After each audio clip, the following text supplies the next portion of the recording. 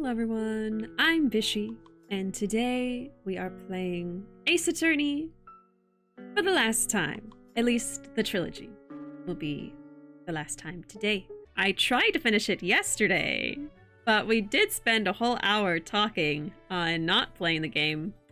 But it seems like the last part of the trilogy here is a bit longer than I thought it would be. So it's going to take another stream today to complete, but we'll see how long it takes, but it's definitely going to happen today. Wasn't sure if it was going to happen yesterday anyway, but yeah, it didn't. It did not, but I am back today and we're going to be finishing it. But there will be the Great Ace Attorney Chronicles that I will start probably in the next couple of months here. I already have it, so it's just a matter of time, really. But I hope y'all are ready. Let's do it. Let's go. Let's do the thing. All right. We are in episode 5, the very end of the last trilogy, of the last game of the last trilogy, of the last case.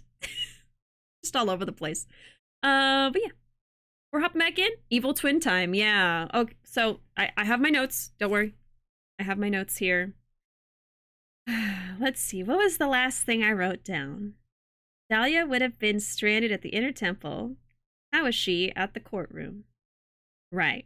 So we have Dahlia is here with us in the room, in the courtroom, and she is being channeled by someone, but we don't know who yet. I was thinking it could be Iris, but that doesn't make sense now that I have learned some more things. So it's not Iris. Iris is most likely still somewhere out free, not locked up in jail.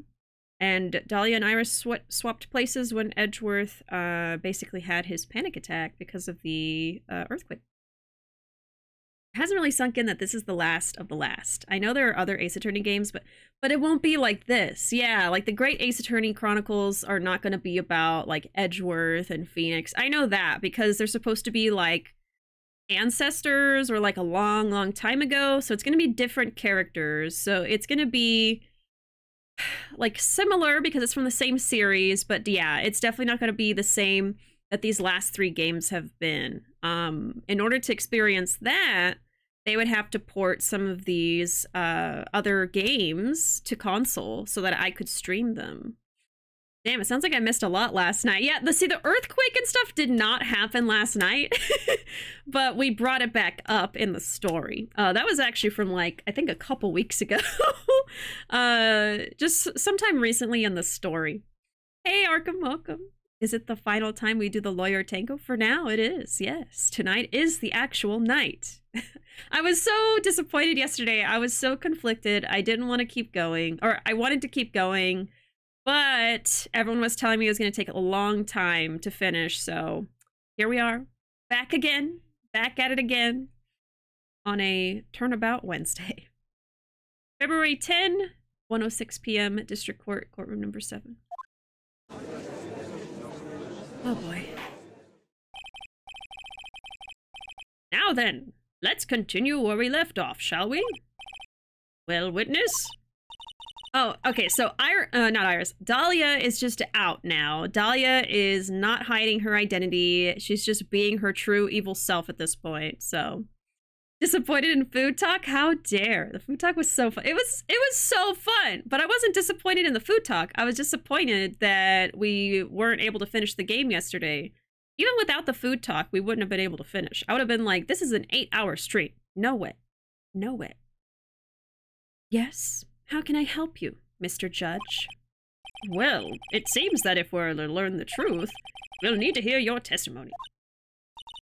I have no problem with that. But when you've seen what I have, sometimes the truth is better left unknown.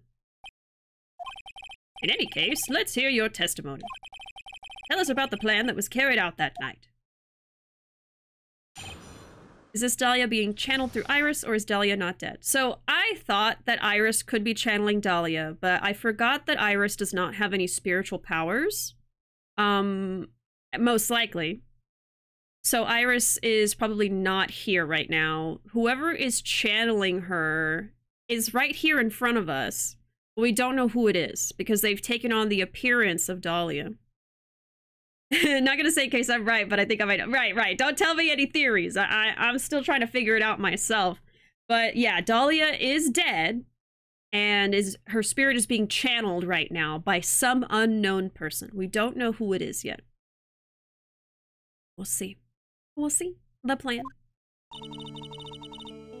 The whole plan began with my death. A stupid plan hatched by Morgan Fay to install her own daughter as the next master. But for it to work, Maya Fay would first have to die. The idea was for me to kill Maya and then have the blame pinned on Iris. Oh. The plan went wrong, but it seems to have succeeded anyway. Okay. The physical... Oh. Phoenix says, wait a minute. So the physical person in front of us is Iris, though? No. We don't know who's underneath this look. Because Dahlia is the twin of Iris. So they look exactly the same. The person you're seeing is Dahlia. But someone is channeling her spirit right now. And they just look just like Dahlia. Dahlia, in her picture, she does have a different hair color. But I'm assuming it's dyed because Dahlia and Iris are twins. So I think who you're seeing is Dahlia. That's all you need to know. Iris is not here. Iris and Dahlia swapped places physically. And so whoever is channeling Iris is who's in front of us. I mean, whoever's channeling Dahlia. Oh, dear God. I'm just making this worse. Oh, no. Welcome in, Zoe, Lexicon, and Skeleton. Howdy. Hope y'all having a good Wednesday. We went ahead and hopped in here. I'm ready to go. I'm finishing this game tonight. I promise. I pinky promise this time with my broken ass pinky. So if I make a pinky promise with a broken pinky, does it still count as a promise? Or is it like crossing your fingers? This is the end of the Ace Attorney. We get rid of Phoenix Wright on stream. Oh God. Phoenix Wright executed live on Twitch. Oh, I'll give you a hint. It's Gumshoe. Yes, of course. How did we not figure that out? Phoenix says, wait a minute. Did you just say the plan was to kill Maya Fay? Yes. You have a problem with that? Don't give us that nonsense. There's no way that... Watch yourself, Trite. If you've got a problem, solve it during the cross-examination. That's one of my rules. Mr. Godot is correct. And by the way, that's one of my rules as well. To kill Maya? Could it be true? Plan. I'm gonna look at something first.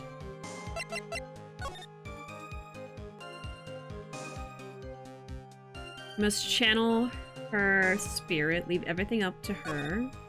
Her name is blank. She is our ally. Oh, that's what that says. She is our ally. A whole blank. Here's a picture of her. Use it when you channel her. I know you can do it. So I think here the ally is supposed to be Dahlia. This is from Morgan's perspective. Once this is blankety blank blank, burn the blankety blank. Also make...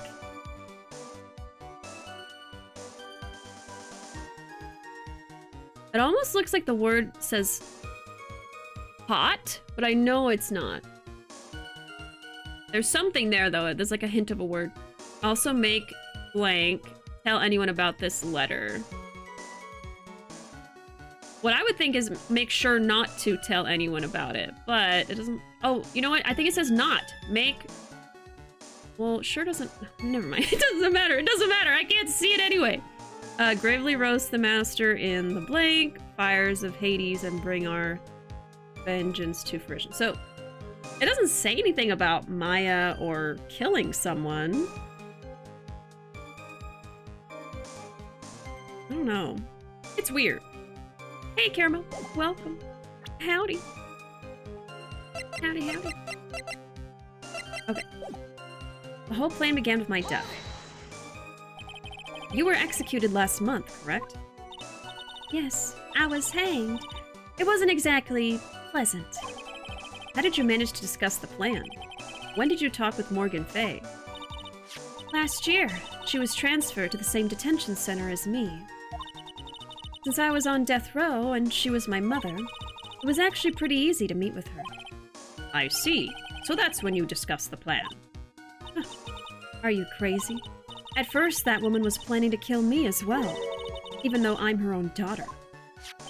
All to make Pearl Fay the master of Kudain? She's a cold, twisted woman. She thought she could finally regain her lost honor. The honor she lost when her younger sister Misty took her place as the master. Ever since that day, she's been working on this plan. A plan, huh? Okay, so she's saying that her mom was also okay just killing her, killing Dahlia for this. You think she's gonna tell her 10-year-old she's using her for murder?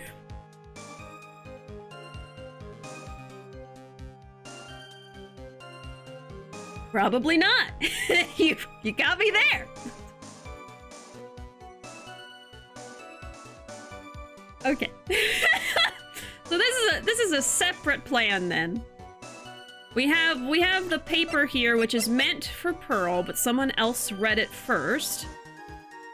And then we have the plan that Morgan has made with Dahlia to kill Maya.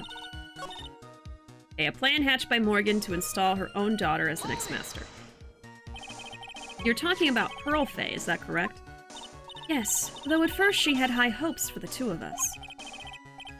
You and your twin sister, Iris? That's correct. Fortunately, neither of us had much spiritual power. That's why we were abandoned by her, along with our father. Abandoned? The only person I ever really cared about in life was myself. My sister was a nuisance, so I convinced my father to leave her at an old temple. So Dahlia's just straight up evil. Okay. You mean Iris? Yes, my father remarried a woman who also had a daughter. The less children you have, the more money there is to go around, right? And on top of that, my father had absolutely no interest in children in general. How horrible. The really horrible one was that woman, that bitter, vengeful woman. It was her stubbornness that gave birth to that child, Pearl Fay. She was born with an abundance of spiritual power, unfortunately for her. Morgan Fay heaped all of her broken hopes and dreams onto that poor child's back. All because of her pathetic dreams of having her bloodline become the main family. Okay.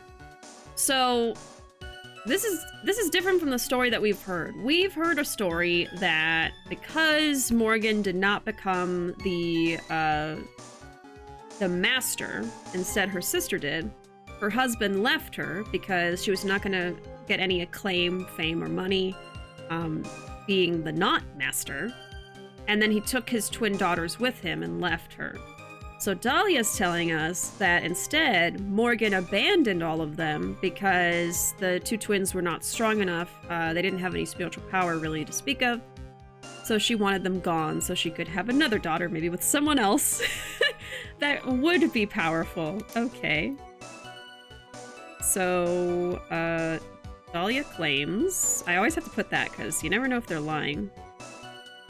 Morgan abandoned instead. Morgan abandoned twins. A lack of power. Okay, I think that's really all I need to write down. Dahlia is as girl boss can get in the worst sense. Yeah, Dahlia truly is girl boss, gatekeep, gaslight. In all the worst ways, yes.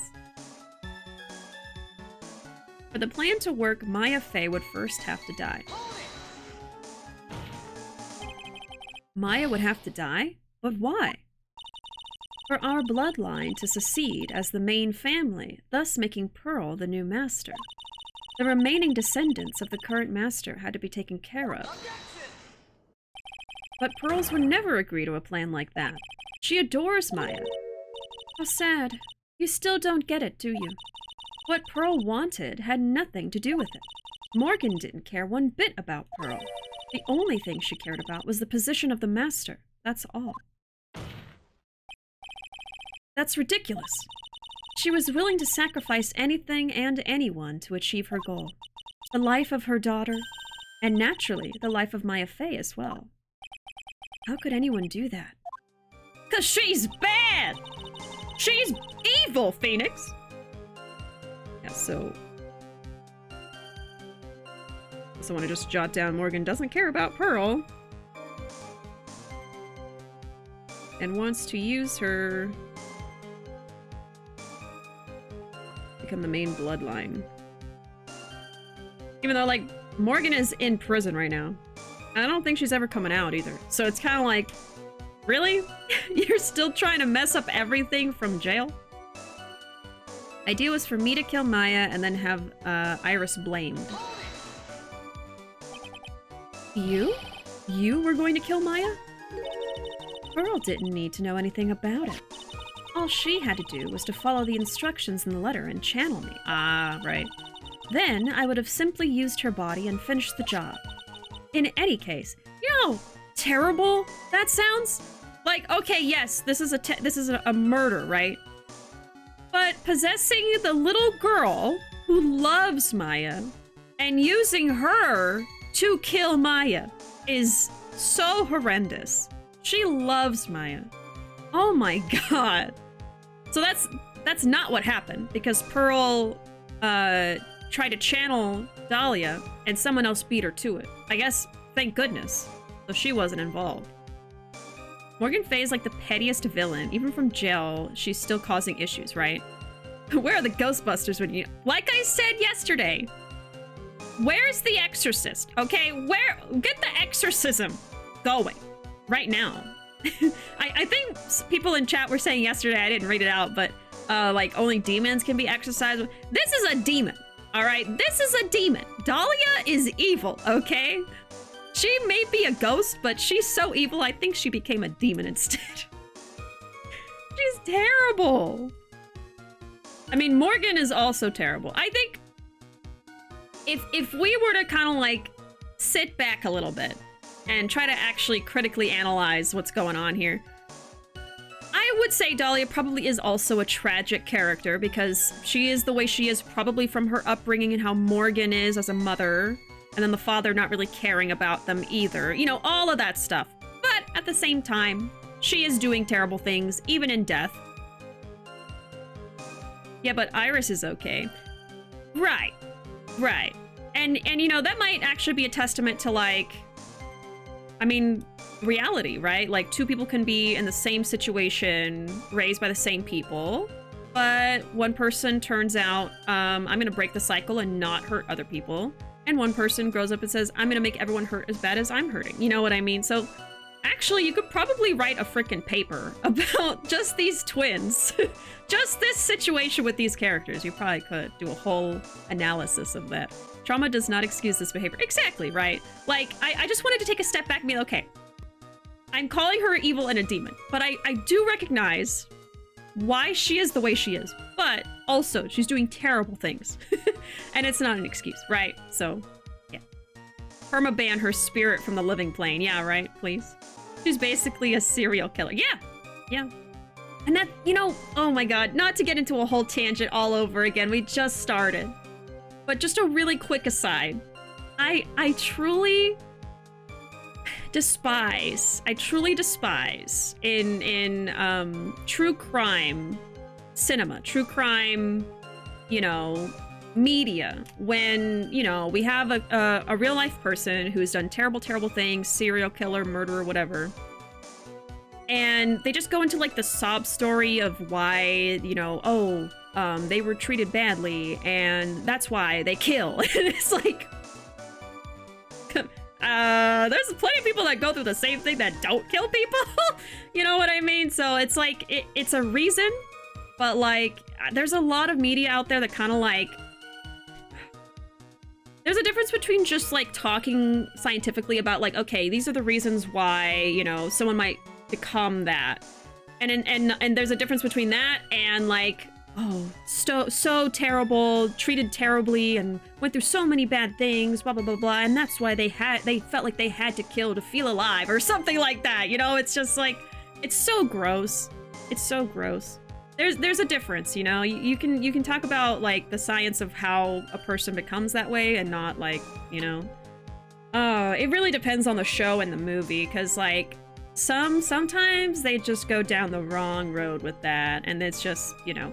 I really don't like movies that just kind of like glorify bad people, because like there's an actor portraying them. I don't know. I prefer documentaries, and I prefer ones where they focus more on the victims and their families and how they're doing, instead of like glorifying the bad murderer person, you know? Because I love true crime, but I don't like that aspect of it. And there's some people that are obsessed, like they love serial killers, and I'm like, please, get a therapist, please. I'm begging you. Oh, God. Like, they treat them like fandoms, and I'm like, no! No! Don't do that! Don't! Okay. Rant over. Oh, no. Don't let serial killers kill because they want the fame. Making documentaries or movies, especially ones that hype them up, encourages more would-be killers to maybe decide to do it. Exactly. That's part of it, too. You hear about that all the time, how they want to be known. They want to have this notoriety, even if it's bad, even if they're, you know, said that they're so evil, blah, blah, blah. They take pride in it. So it's like, the better thing to do would be to totally, like, just forget their names.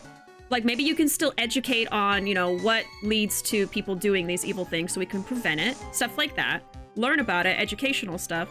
But let's not make a movie with a famous actor who's loved by people, portraying this really evil person that actually existed, and whose victims' families are still alive to see this movie. You know what I mean? It's like, that just really grosses me out. It really grosses me out. Yeah. Yeah, exactly. But like with Ted Bundy, people were talking about it so much. And I'm like, I don't even like talking about them. I don't even like saying their names. I mean, obviously we're having a conversation right now, so it's okay. But like, you know what I mean? It's like, I despise them. I like learning about stuff, but like the actual figures, the actual people that do these terrible things, I despise. And I don't want them to have any fame or notoriety or anything, you know? They don't deserve it. Ace Attorney actually deals with a lot of pretty heavy topics. You know, we try to keep it lighthearted in here, but sometimes we talk about stuff. Sometimes. All right, Dahlia. In any case, I'm already dead, and there's nothing any of you can do to me. Except an exorcism. So, the plan was to blame the crime on your younger twin, on Sister Iris of Hasakura Temple. She and I look absolutely identical. No one can tell us apart. If someone were to witness me killing Maya, naturally they would think it was Iris that had done it. And the witness in this case was the head nun, Sister Bikini. I never would have guessed she was going to return to Hasakura Temple that night, but she wound up seeing Iris's crime anyway. But why did you want to pin the murder on Iris in the first place?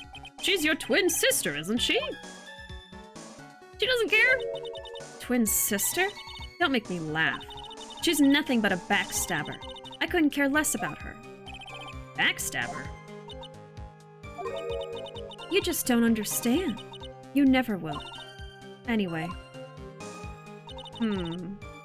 Like, I could believe that Iris has been playing us this whole time too, and they're both actually bad people. I don't know. But I think I do know what she's talking about. I mean, Iris told us that she chickened out, but the person who said that, I think, was Dahlia. I think we were talking to Dahlia at that part. I don't remember.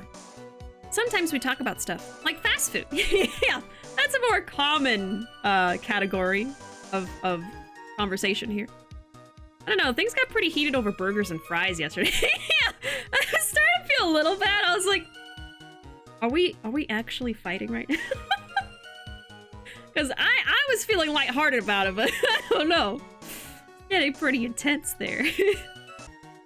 Well, I went wrong, but it seems to have succeeded anyway. You think the plan was a success? You heard me. Just as that woman had hoped, Maya Fey is dead. Now the title of the Master will pass on to Pearl Fey. Do we know for sure? That's absurd. Maya's just... She's just trapped. Trapped inside the sacred cavern. Oh, God. Really? You're as foolishly optimistic as ever, aren't you? My darling Feeny. God. Do you want to know the truth? Ever since we met, I've despised you. We knew that. Your sniveling, this word. Naivete, and your pathetic faith in other people. Naivete? Naivete? I think it's that, because it's naive. I just want to know one thing. What did you personally think of Morgan Fay's plan? I told you already, didn't I? It was a stupid plan. It had no point, no value other than fulfilling her own greedy desires. Yes, it was certainly nothing to be proud of. If that's how you feel, why did you help her carry it out? Why would you do it? Why would you kill Maya? You may not understand it, being the kind and gentle soul that you are. You may not be able to appreciate why someone like me would help a woman like that. So then tell me, why? Isn't it obvious? I'm not like that woman. I'm not like other murderers. I only act in my own self-interest. The reason I helped her was for myself, for my own personal satisfaction. What did you say? So this woman, Dahlia Hawthorne, she had her own reason for wanting Maya dead? Okay, so Dahlia had reason. Want Maya dead. I really hope she's bluffing and Maya is not dead, because if Maya is dead, I'm gonna lose my mind. But don't spoil me, don't tell me. I'll just have to live in suspense until the end of the stream. Okay. So she helped Morgan for herself. Not to help Morgan. Okay, got it. I'm not like other girls. I'm not like other girly pops that murder. I'm a cool murderer, not like other murderers that are so uncool. We just pressed on that one. Do you understand why I would kill Maya now? What my goal was? Not quite. Obviously, it's because you were helping Morgan Fay. Helping? Don't make me laugh. From the day I was born to the day I died, I never helped anyone. I lived for myself, and in the end, I died for myself. I thought that was obvious. So she wasn't actually cooperating with Morgan. She was just using Morgan in her plan so she could accomplish her own goal. All I wanted to do was kill Maya Fay. That was the only way I could think of to get revenge. Okay, for revenge. Alright. It looks like I have no choice but to present that piece of evidence. I can't believe it. She meant to kill Maya. I've got to keep a cool head. And I need to get more information out of her. It's the only way to understand this plan and what she was after as well. Okay, so Phoenix is saying a specific evidence. And I think responding to this, because that's when he said it. Maybe. Gaslight, gatekeep, girl boss, ghost kill.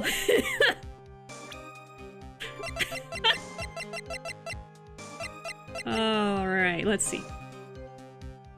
So, okay, let me try to see what... I mean, I think that maybe the most obvious answer to why would she want revenge would be she wanted to get revenge on Iris for backstabbing her, right?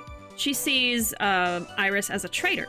So if she wanted to get back at Iris, she would pin a murder on her, right? But she's also saying she specifically wanted to kill Maya.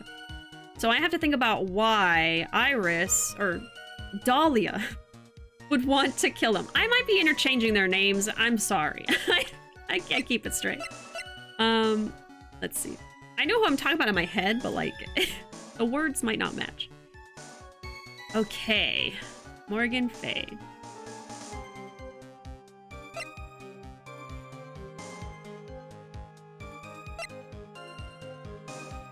So it could have to do with what? DL6? Oh. You know, I think I thought about this before and I just forgot about it. So the reason why Dahlia would want revenge and succeed in doing that by killing Maya is because the reason she was put in jail was because of Mia Fey, Maya's older sister. So... That's my guess right now. So, revenge against Mia Fey. Now, I have to present something that contradicts what she's saying. Now, I don't know if I just need to, like, show Mia right now. He said that evidence. But I don't know. We have the stone lantern. I'm just gonna go on a limb and present Mia and see what happens. And if it's wrong, I'll think about it more. Yeah, it's Mia. Could it be that your actual goal had nothing to do with Maya Fey herself? As I said, none of you have the power to punish me anymore, because I'm already dead. Well, I had the same problem, you see. You can't punish the dead, and you can't take revenge against them either. You wanted to take revenge on someone? I was sentenced to die because of that woman, Mia Fey. I somehow knew this was it. I wanted to send her a message. It was at her hands that I suffered my first humiliation. I wanted her to feel the same pain she made me feel. Sadly, when I realized revenge was impossible, I gave up. And the reason it was impossible, was it perhaps because Mia Fey had already died? Yes, and I realized there's only one way to take revenge against the dead. And how do you do that? Even when the body dies, the spirit, the ego, it lives on forever. I wanted to take away the person that Mia Fey loved most. I wanted to kill her with my own hands. That would be the one and only way I could take my revenge against Mia Fey. That was the reason I helped out with that woman's plans. Just for that? For that you would kill Maya? Your goal was no different than that of Morgan Fey. She's bad, what can I say? As they say, the apple doesn't fall far from the tree. What a cruel plan. Cruel, cold, and heartless. Don't waste your time preaching to the dead. I've already told you, there's not a thing you can do to me. That night, at about 9:30 p.m., I materialized into this world. I quickly pinned my hair up and put on a demon warding hood. Then I picked up the staff that was by my side and left Hazakura Temple. Staff?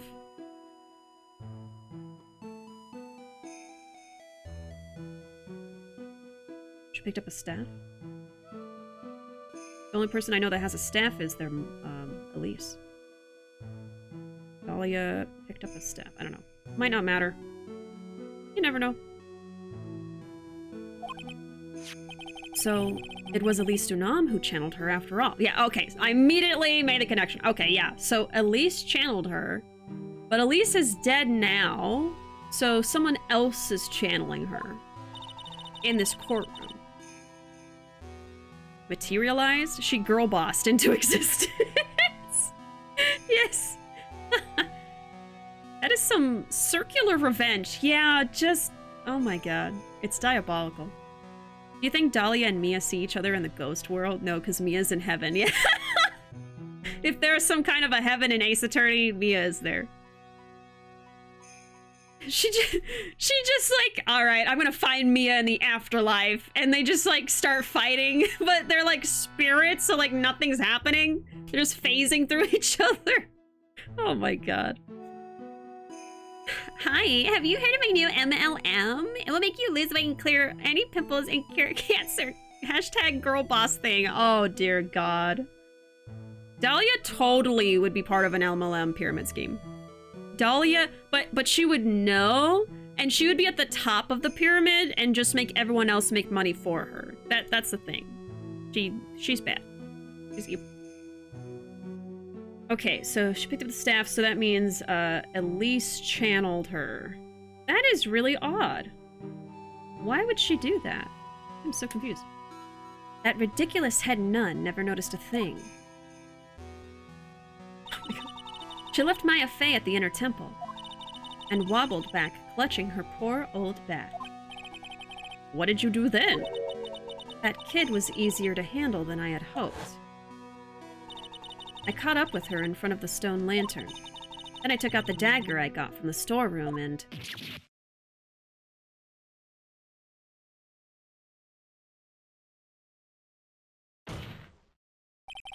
So then you're saying you stabbed Maya?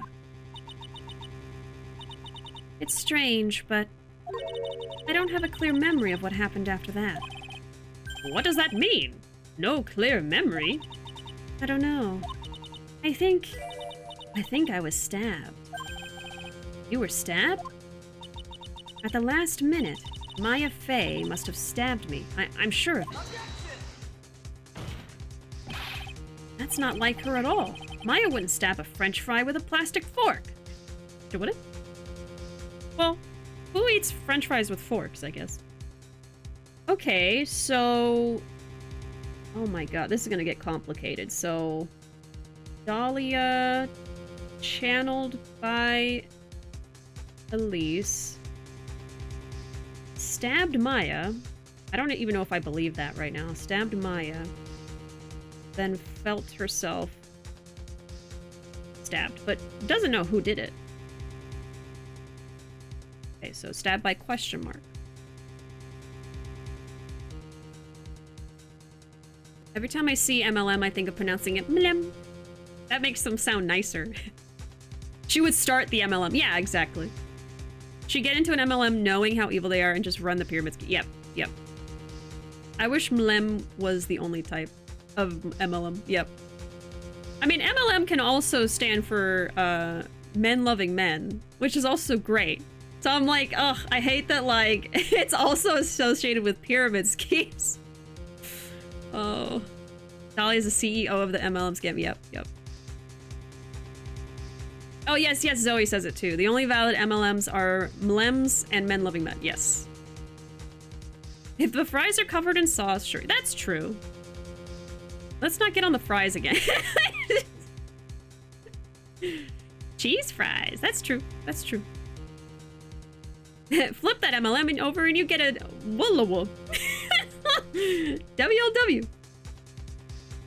This, do you see why we were like, you aren't finishing the case yesterday? Yeah, I get it. Woolawoo. Women loving women, exactly. Woolawoo. It's fun to say. All right. That's not like her at all. Anyway, I suddenly lost consciousness. Before I did, I scrawled her name on the lantern. She scrawled the name?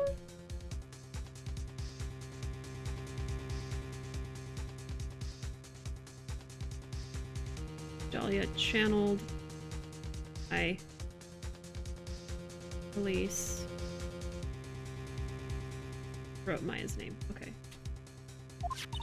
Just as I was passing out, I wrote Maya behind my back. I had hoped it would cast suspicion on her. I can't believe she was thinking of that until the bitter end. That's where my memory temporarily stops. It stops? She blipped out of existence. I don't have any memory of actually killing Maya Fey with my own two hands. Yeah, so you don't know if she's dead. So, okay, Dahlia doesn't have memory of killing Maya. Okay, got it. Got it! My very last memory was Maya's terror-filled eyes. When I woke up after that, I was in the sacred cavern surrounded by darkness. Ooh.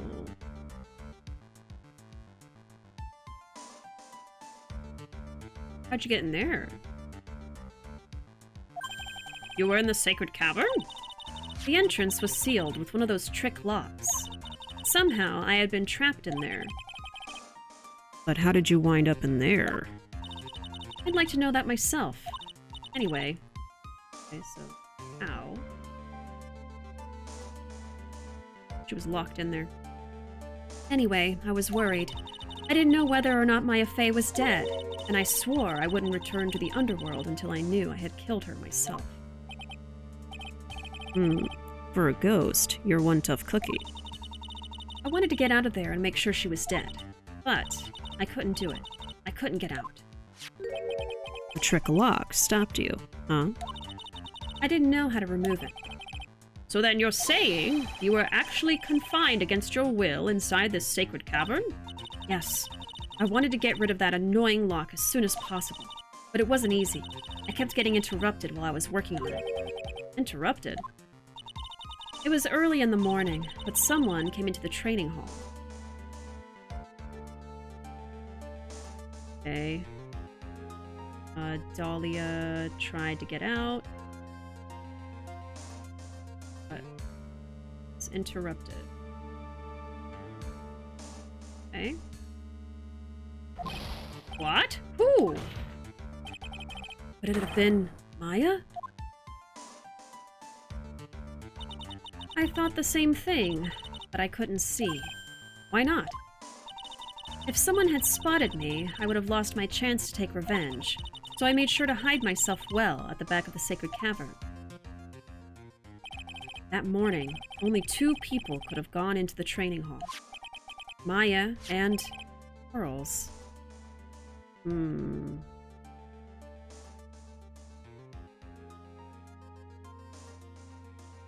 Pearl. Okay. Pearls went there to cover the hanging scroll in gravy. Oh. Was that the grape? Oh, wait, that... You chose such a terrible time to do that. That was...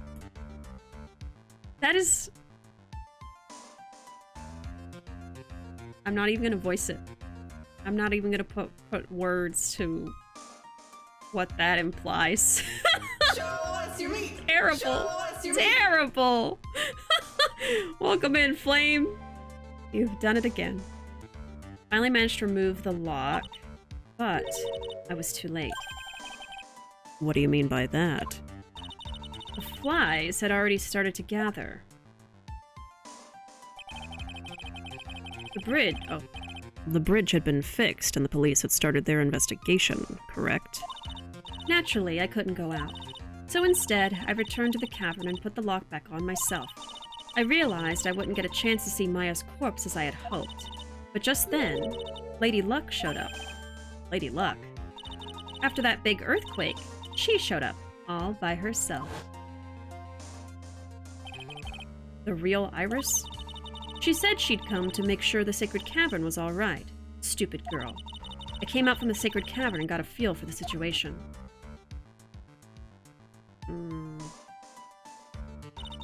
And I locked her away in my place. So Iris is stuck in there. I had finally learned exactly what had happened.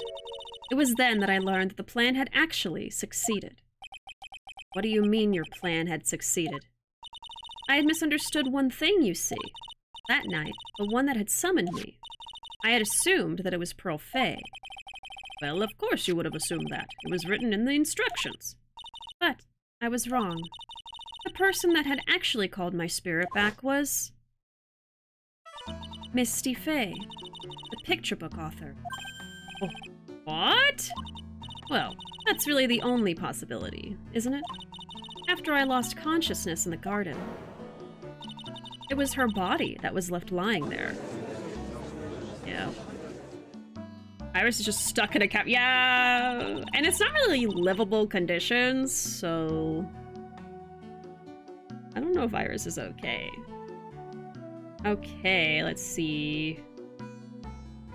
So she was interrupted by Maya or Pearls, and then Iris showed up alone. And she locked her away instead. Alright. Maya Fay. I wasn't able to kill her with my own hands after all. But even so, I made her commit the most vile sin a human can commit. And that is? Matricide. The sin of killing her own mother. Ugh. No way! It's terrible. Unless it wasn't Maya. It could have been someone else. Order! Order in the court. What is the meaning of this?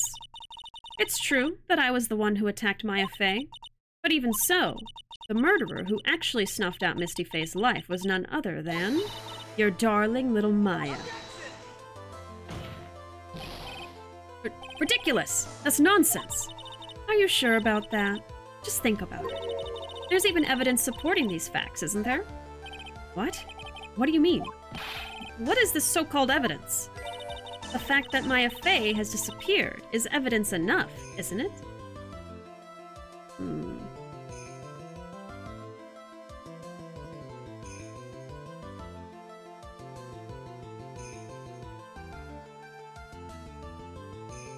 Okay.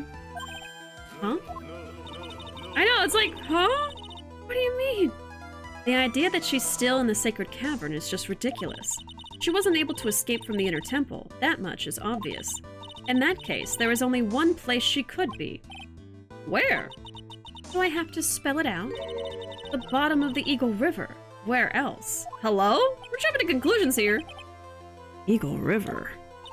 Maya Fey killed her long-lost mother. Can you imagine the guilt she must have felt when she realized that? That's why she threw herself into the Eagle River. Most bodies that wind up in there are lost forever.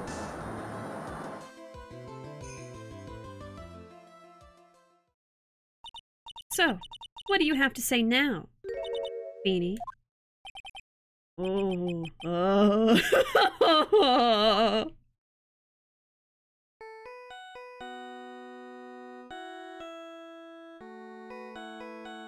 Hello?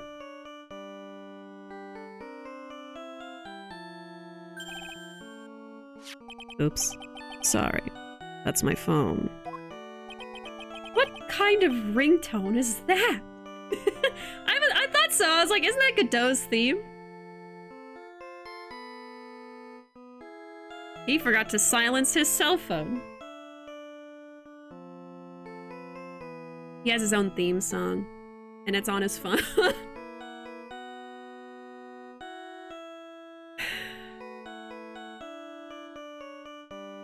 Hey, Dan, welcome in. He has his own song on his phone. This is a courtroom. Pick it up or turn it off. A himbo through and through.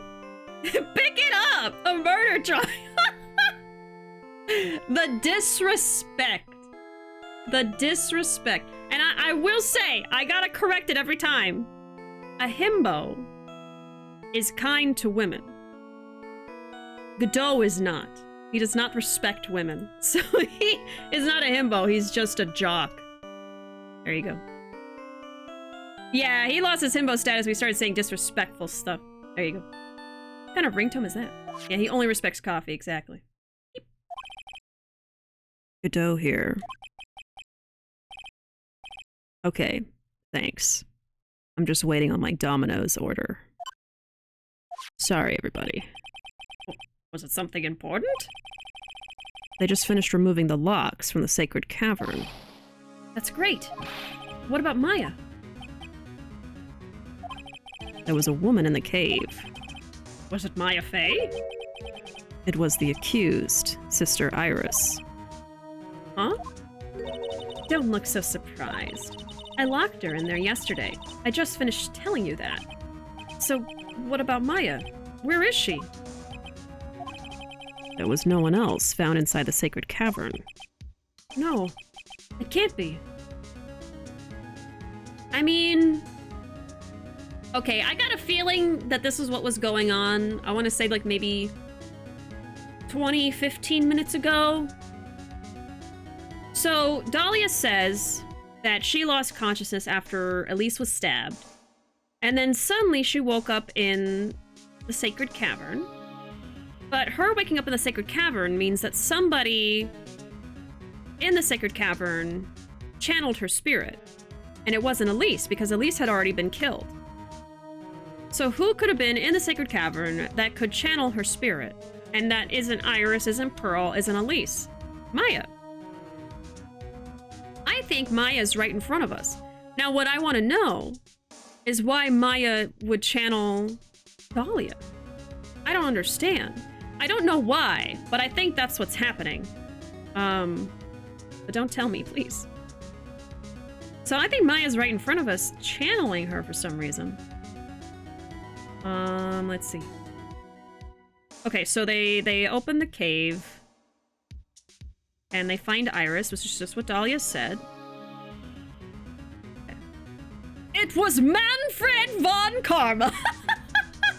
Wow, spoiler alert. It was me. It was Larry!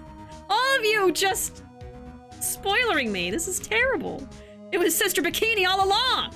Yeah, we haven't thought about her, huh? We haven't thought about Bikini. It was Gumshoe! No, it can't be. I told you, didn't I? She's dead. No. No! No!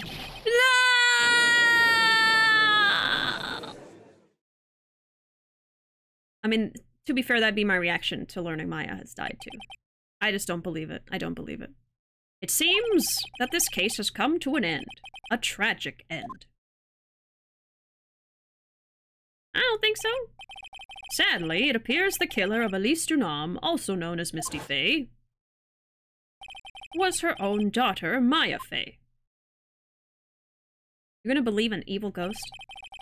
Overcome with guilt for what she had done, Maya Faye jumped to her death into the raging waters of the Eagle River. It can't be. Huh. Oh. There you go. I was wondering if someone was gonna do it. Y'all have that sound effect. Y'all got it. I think that's Godot speaking. Huh.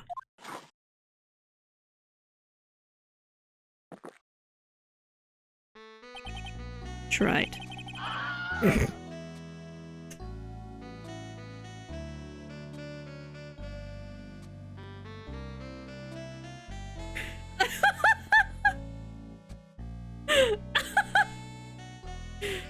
Try.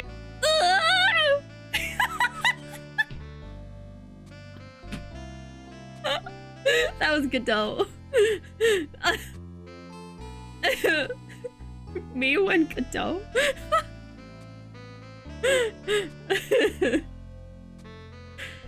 Oh, that was a good one. Can we get a clip, please? Someone's gotta clip that.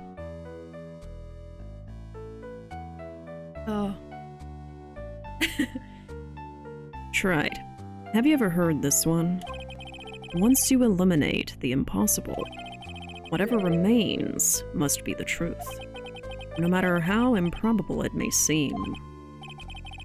What is that supposed to mean, Prosecutor Godot? Sorry, that was me. I kicked Godot where the sun don't shine. Oh my god! According to this witness, Maya Faye threw herself into the Eagle River. However, is that really the truth? Remember, this woman testified earlier that the bridge was already on fire when the murder was taking place in the garden, which means if Maya had thrown herself into the river, it must have been from the inner temple side, near the bridge. That's right. That's where she jumped from. But that's impossible. It's impossible to jump into the river from there. What? Don't get your panties all twisted up, Tried. What? Just relax and think through the whole thing again. So it's impossible? No, wait. Phoenix is like, how does he know about my panties? How does he know that? How did he figure it out? Thank you for the clip. Well, that's a line to listen first thing tonight. Hey, Archer, welcome. Oh, the pain. Phoenix wears a thong. Just like Pinocchio in Shrek.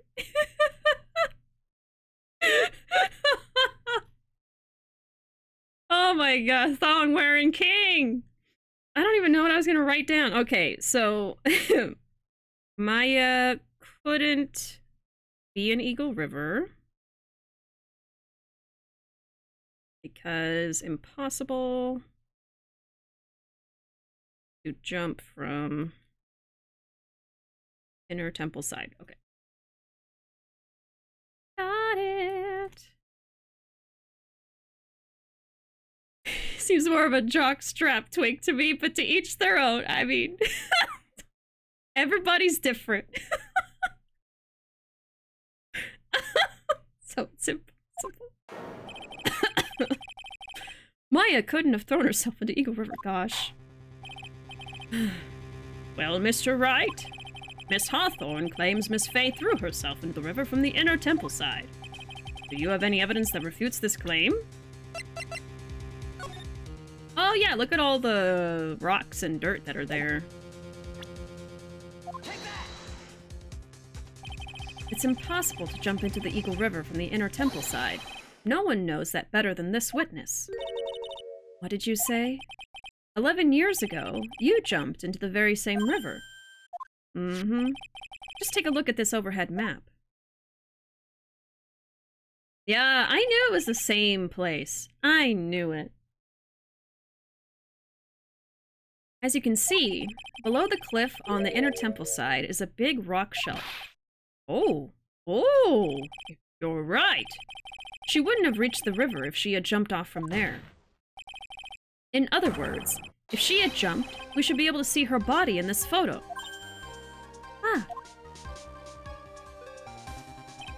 Huh. So, you finally figured it out. You... No!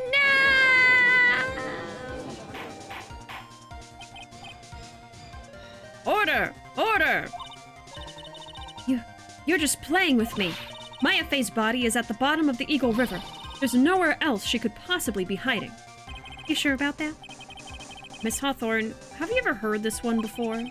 Once you eliminate the impossible, whatever remains must be the truth. Yes, just a few minutes ago. Maya Fay wasn't inside the sacred cavern. We now know that she didn't throw herself into the Eagle River. Correct. That eliminates all the most likely possibilities. Now, although it seems improbable, there's still one other place she could be. What? What is this one possibility you are talking about? That's obviously a bluff. So where is her dead body then? Finally, I think the pieces are falling into place. Normally, the living have no way to punish the dead. But I think there is a way to give Dahlia Hawthorne the ultimate punishment. Shall I tell you, Miss Hawthorne? Shall I tell you where Maya is this very instant? Maya is in the Inner Temple, in Hazakura Temple, in this very courtroom!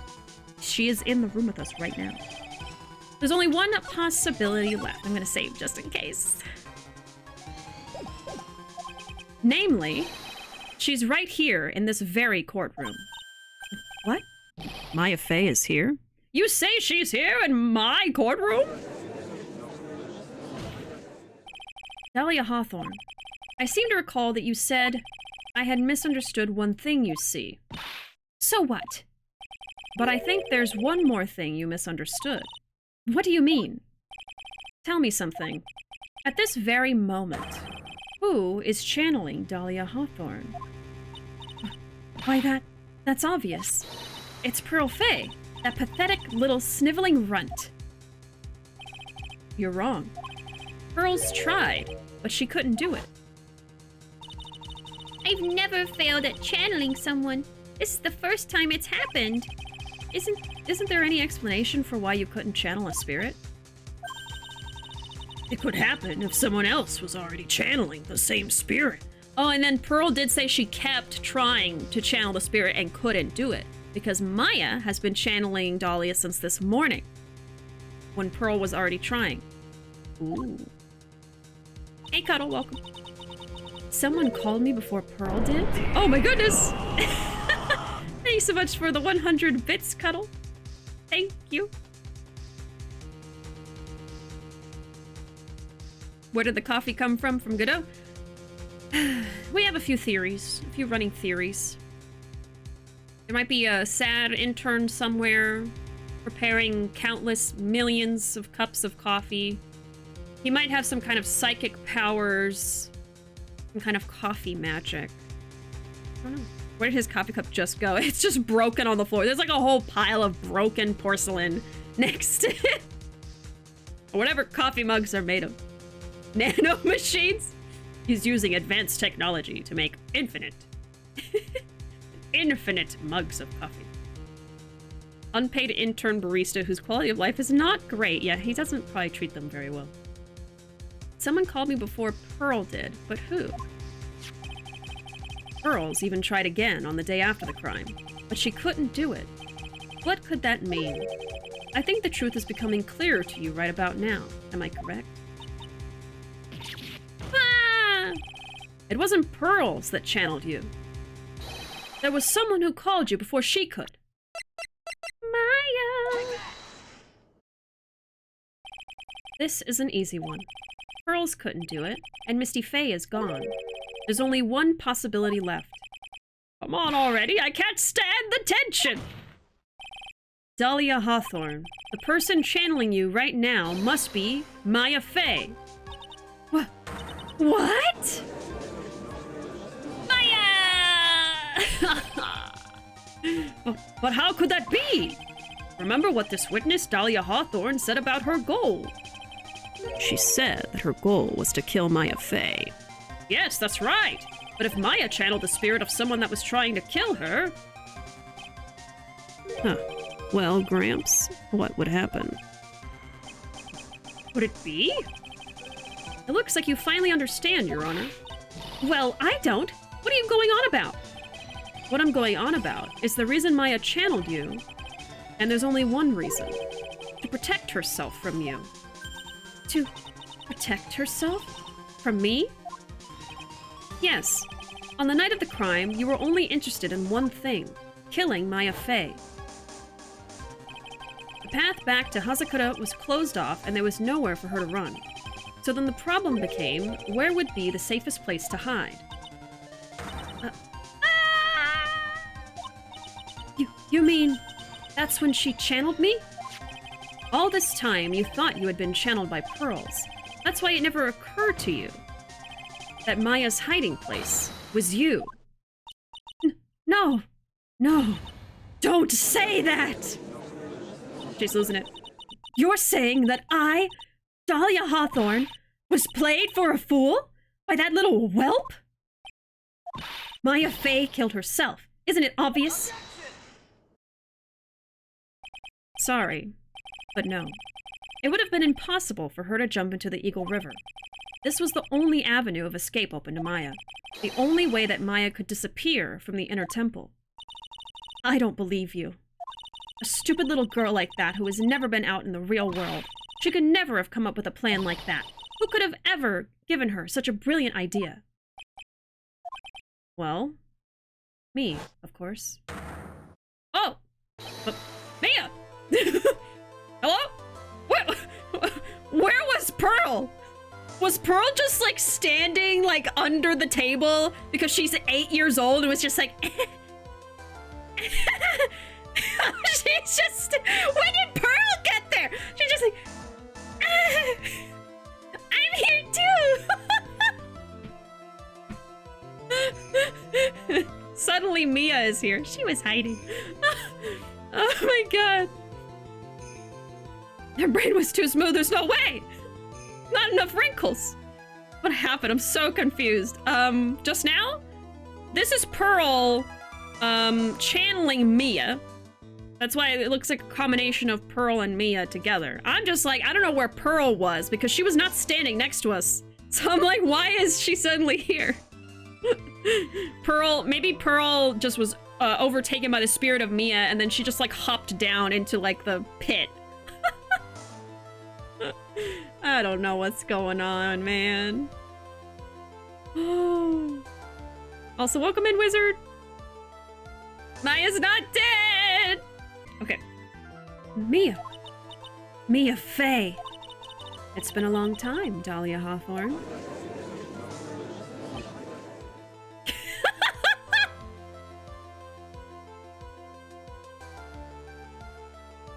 I can only imagine what is going through Godot's mind right now.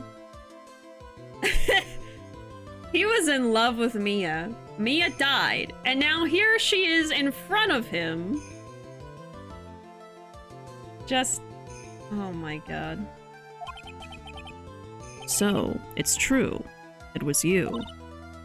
Yes. Huh. You're something else. But what? What are you doing here? That hair. It's pearls, right? Tell me something, Dahlia. I want you to think back to that night one more time. You had just cornered Maya in the Inner Temple's garden.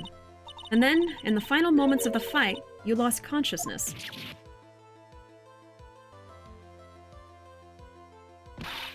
I was stabbed by Maya Fey. Actually, Maya lost consciousness at the same time as you. She did? Not terribly surprising, since she was about to be killed.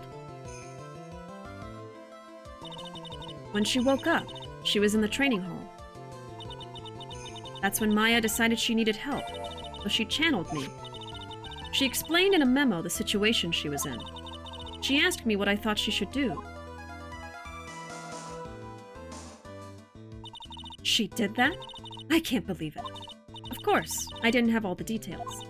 But one thing was perfectly clear. And that was? I knew that you couldn't be allowed to wander free. Free?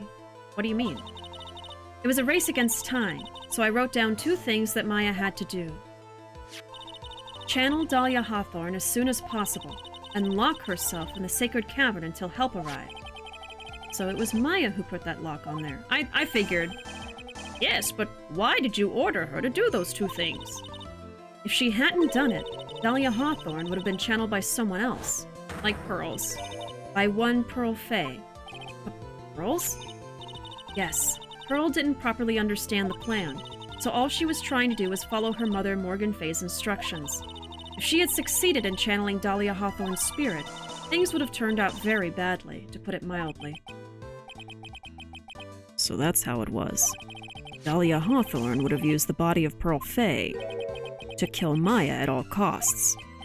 Yes, it certainly sounds like that was the intent all along. How dare you! I won't forget this. Why not just admit it, Dahlia Hawthorne? Your little plan was nothing but a big failure. Yes, another failure to add to the pile of shame, wouldn't you say? What do you mean by another? Think about it, Dahlia. Remember all your past crimes? Not a single one of them was a success. They all ended in failure. What? How dare you? 11 years ago. The fake kidnapping, your very first crime.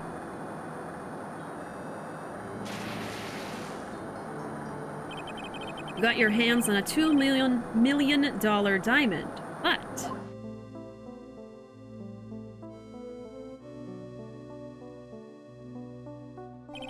after Terry Falls escaped and went to meet with Valerie Hawthorne, the truth was exposed. Shut your mouth! That wasn't my fault! It was because of that stupid oaf of a prisoner and that weakling of a policewoman.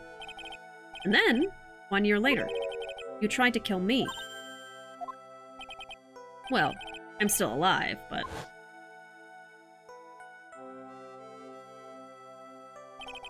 you wound up killing someone else.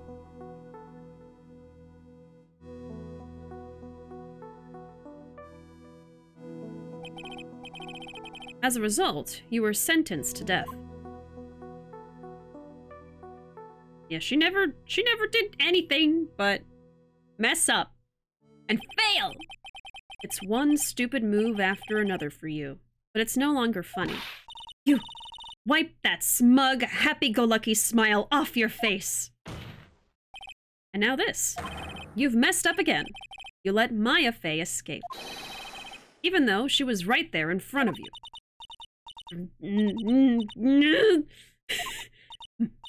Mia Fey! Mia Fey! Mia Fey! You spinster! I was supposed to kill Maya Fey like I swore I would. And if only you had gotten this spiky-haired jerk the guilty verdict, I wouldn't have been hanged to death. True. So true, bestie. But I think you finally understand, Dahlia Hawthorne. You will never defeat me. What? What did you say? Whether you're alive, dead, or somewhere in between, you will never defeat me. As long as I'm around, you're destined to lose for all of eternity. I remember what you said earlier in the trial. You said there was no way we could punish you, because you were already dead. What about it? Then you said, even when the body dies, the spirit, the ego, it lives on forever. That's very true, Dahlia. And that's exactly the punishment you'll never be able to escape from. For all of eternity, you'll have to remain as Dahlia Hawthorne. A miserable, pathetic, weak creature who can never win at anything. And for you, there was no escape from that. No hope of freedom. Since the day you were executed, the narrow bridge that once stretched out in front of you has burnt to a crisp. Whoa! You're wrong! It can't be! How could I lose to the likes of you? It no longer matters. I don't care whether you win or lose anymore. The only thing I want is for you to come out of Maya's body right now. Exorcism, exorcism, exorcism, exorcism, exorcise that bitch! Exorcise that bitch! Exorcism, exorcism, exorcism, exorcism, exorcise that bitch! Exorcise that bitch! Oh, damn. Oh, God! A vengeful spirit. The power of Christ! The power of Christ compels you! I'm not ready to go! Bye! Bye! Toodaloo! Au revoir! Adios! Sayonara! Maya! I've never seen her hair like this. Oh, Maya. Nick. Sis. Poor Maya. Will someone go pick her up? Help her! Feed her a burger right now. The biggest you can find. The most patties possible. Now then, I assume you are the real Iris? Okay, so they brought Iris here now. Yes, I was just rescued from the sacred cavern. I must say, you and your twin sister are indeed identical from what I can see. In any case, it appears that everything has finally been cleared up. Mr. Godot, what happened to Dahlia Hawthorne? If you ask me, Your Honor, it looks like she went back to the hell she came from. It seems that Misty Faye wasn't the only victim of this crime. Maya Faye, as well as the young Pearl Faye, were also victims of this wicked and selfish plan. Yes, Your Honor. The tragedy of Medium Valley has finally come to an end, it seems. It would be best for everyone if no further attempt was made to channel that spirit again. We can only hope. Show us your meat! Show us your meat! Hey, Ty, welcome. Your Honor? Yes, what is it? About this whole spirit medium thing. It's almost weird how comfortable you seem to be with the concept now. Well, to be frank, my younger brother is quite judgmental. He often criticizes me for not studying hard enough. That's why I made a concerted effort to study up on the Kurain channeling technique. Hey, isn't that the New Year's issue of Occult? I've been quite a few things in my many years on the bench, and in all that time I finally learned this one thing. Each case is different, and takes place in its own world, if you will. In order to fully understand that world, first we have to immerse ourselves in it completely. And that's where my brother and I used to differ. Never thought of it that way. Why is Judge actually making sense for once? At any rate, it's time to pass judgment in the case of Iris of Hazakura Temple. Objection! Really?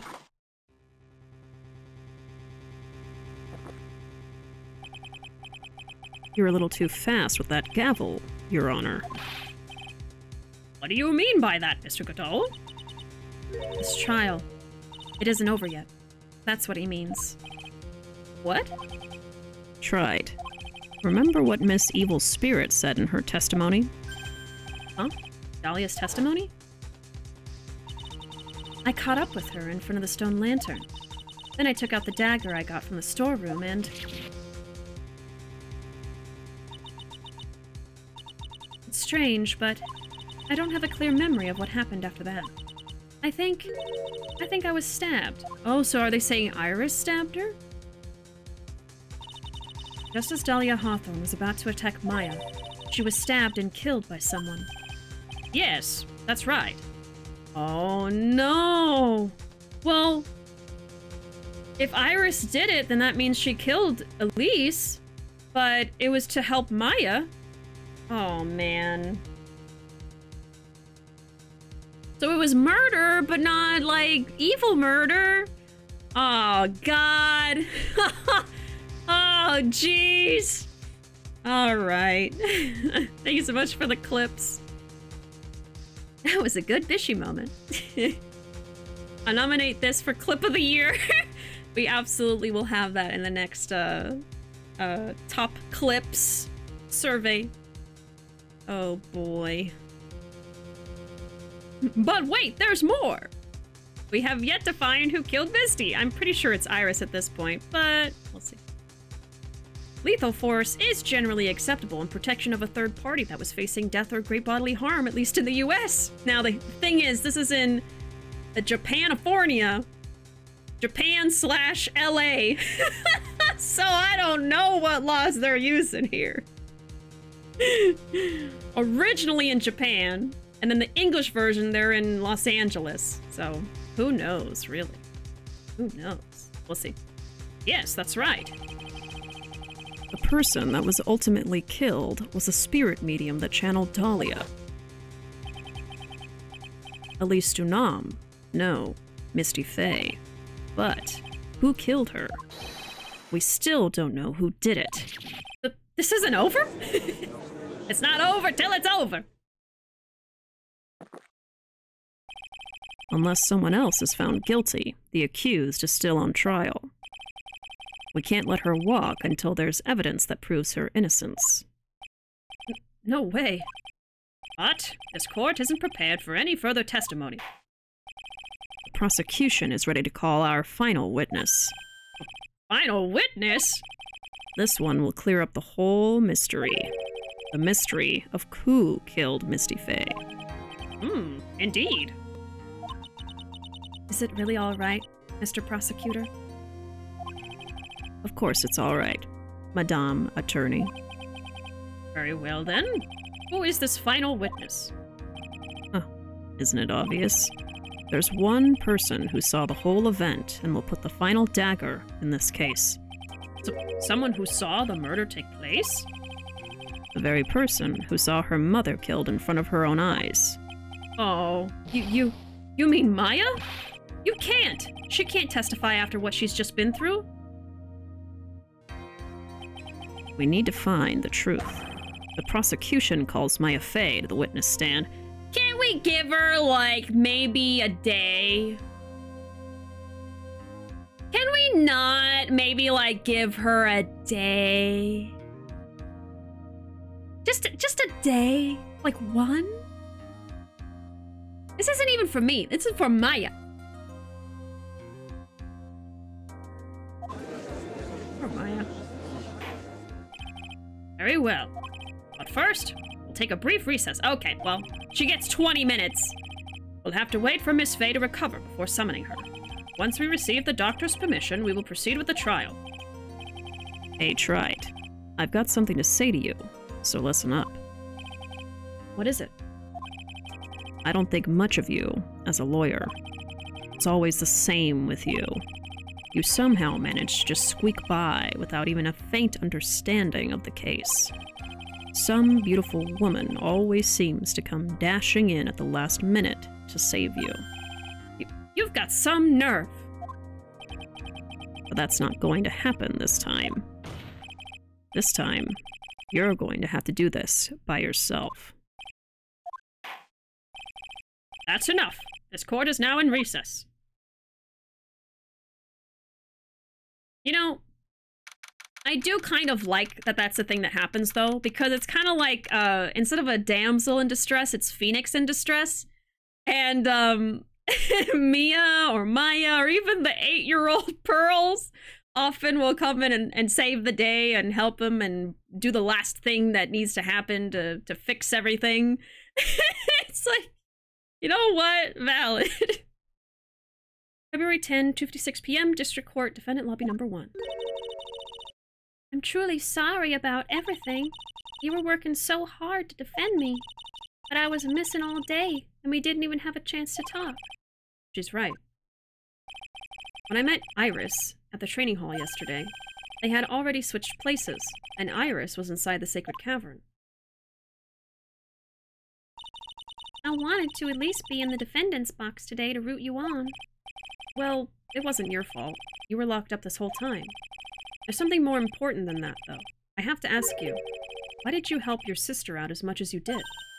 Huh? If you had tried to get help at the sacred cavern yesterday, you wouldn't have spent an entire day locked up in there. My sister, I felt sorry for her. She was abandoned by our mother and never got any love from our father either. Yes, but it was the same for you too, wasn't it? Yes, but at least I had Sister Bikini, who was like a mother to me. Now, what I would say to this is, the only reason Iris had Sister Bikini was because Dahlia forced her dad to abandon Iris. So... no, I still hate Dahlia. So anyway, Iris was saying she feels bad for Dahlia, even though Dahlia's bad. If only Dahlia had come with me to Hazakura Temple. I think she was already a bad person because she convinced your dad to abandon you there, so I don't think staying there would have helped her. She might have killed Sister Bikini for all we know. I don't know, man. I always loved her. Dahlia was always so smart, so strong.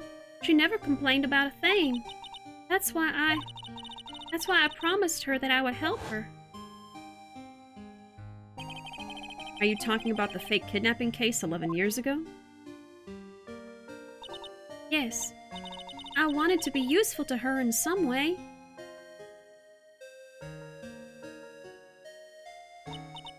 But, as usual, I was too cowardly.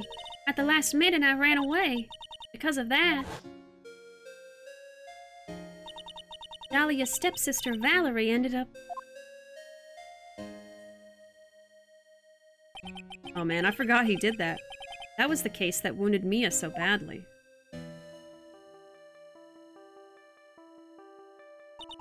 But things didn't end up there, of course. Some people suspected that my sister was involved in the murder. Some people? You must mean... Yes, 2 defense attorneys, Mia Fey and Diego Armando. After poisoning Mr. Armando, who was getting too close to learning the truth. Oh? So Godot was poisoned? Dahlia even tried to kill the person who had unknowingly hid the poison for her. Oh. You. That's right. Iris, there's one more thing I have to ask you. Yes? What is it? On the night of the murder, the person that cleaned up the corpse of the victim, Elise Dunham, was it really you? Yes, it was me. That night, after I rang the lights out bell, I went back to my room.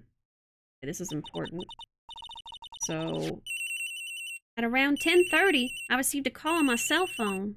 My Nokia, that's indestructible. Beep. Okay, so after... turning off the lights... I almost wrote Dahlia. Iris went to her room. And she moved the body. I mean, we knew that.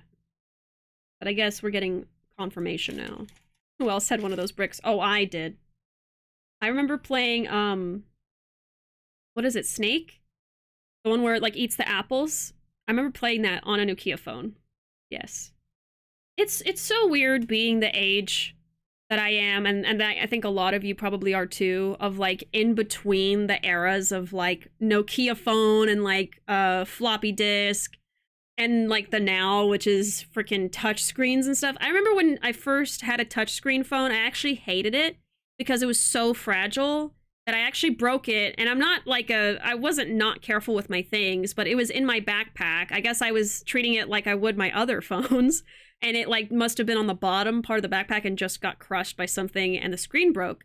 So I had to go back to a normal phone that was like the flip up like QWERTY keyboard ones. And I was like, ugh, touchscreen stuff sucks. It's so fragile. It can't last anything. I need something that lasts a long time. And I went back to the QWERTY keyboard and I loved that phone. And I think I still had that phone up until like 2012. I was adamantly against touchscreen phones. But eventually, you know, that was everywhere and they were more durable for sure. And, you know, we started having like the little protective screens and the cases and stuff. But yeah, it's so weird growing up in between everything. Don't think I ever did. Had a Verizon flip phone with Snake and a helicopter. Yep, with Snake. I did. It could handle an atomic blast. I dropped it so many times. Didn't have one. Had a Sony Ericsson, which had a neat Kung Fu Panda game on it, of course. Pre-Gorilla Glass. I was just post-floppy disk, but was still around with dial-up. Yep. I think I was like right as floppy disk was going out. So I don't remember using them very much, but I remember seeing them in my house growing up. Yeah. Tangent, but I always forget Godot's name is Diego Armando. Very Latino. Yep, I'm pretty sure he is meant to be. Armando.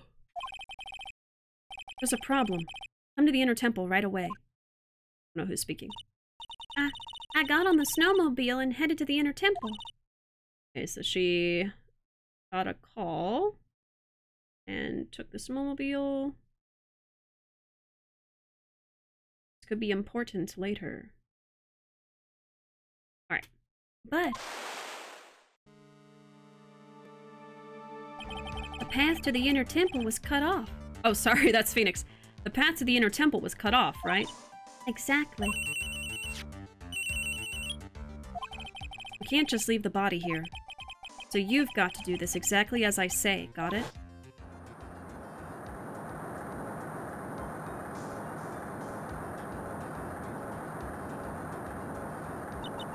It was me.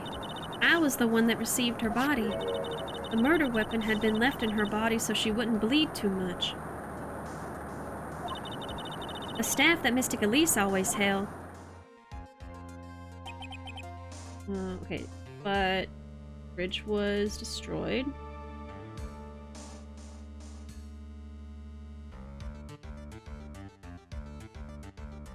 So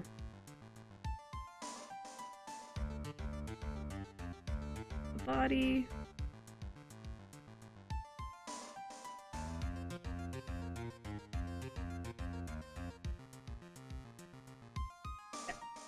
Got it. I knew it. So the actual murder weapon was the staff. Yes, that's right.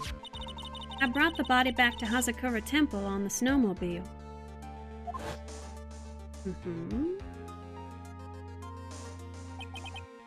But why? Why did you alter the body? I didn't want anyone to know that the staff was the murder weapon. I didn't want to leave anything that would lead back to Misty Faye. So I dressed her in a robe and stabbed her with the Shichishito. I wiped the blood off the staff's blade and left it next to her on the ground. Iris, just tell me one last thing. Tell me the name of the person that called your cell phone. The real killer. I'm sorry, Mr. Wright. I can't do it. I can't say who did it. I see. Why? Victim staff updated in the court record. Has a sword hidden inside, the actual weapon used to murder the victim. Okay. Defendant? Yes. The judge is calling you. He wants to see you in his chambers. He has some questions about Dahlia Hawthorne. All right. Well then, I'll see you later. There's something I want to tell you. Oh, okay. Something she wants to tell me? Why is she blushing? So it's true. Iris cooperated with the real killer. Maybe even from the very beginning. Phoenix. Mia. Okay.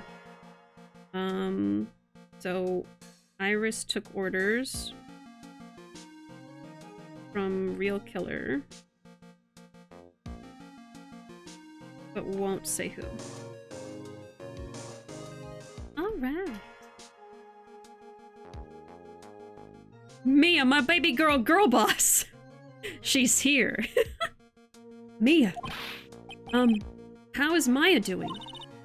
Physically, I'm not worried. She'll recover completely. But emotionally, she's been hurt very badly by this case. I see. You don't mean she's learned who Elise Dunham really was? Yes.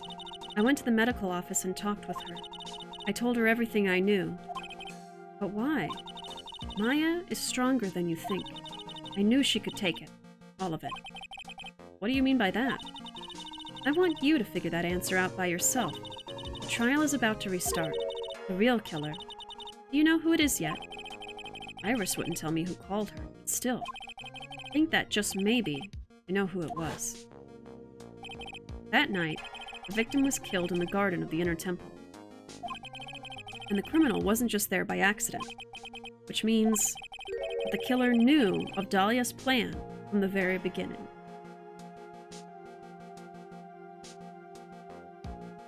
Okay.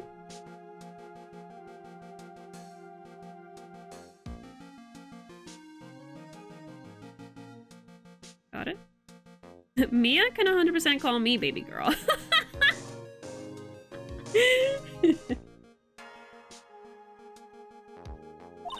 I love you, Mia! And one more thing. The victim was moved to the Hazakura Temple side by a pendulum. In other words, the criminal couldn't cross the bridge. Okay. Killer. Couldn't cross the bridge. That means they were stuck on the Inner Temple side for almost an entire day. Exactly. So the culprit was someone that wasn't in Hazakura Temple the following day.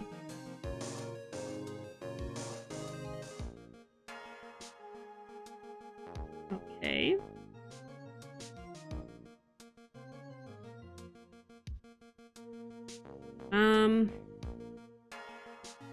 So I guess that would mean what? It couldn't have been Bikini. I remember seeing Bikini there. It couldn't have been, obviously, Edgeworth.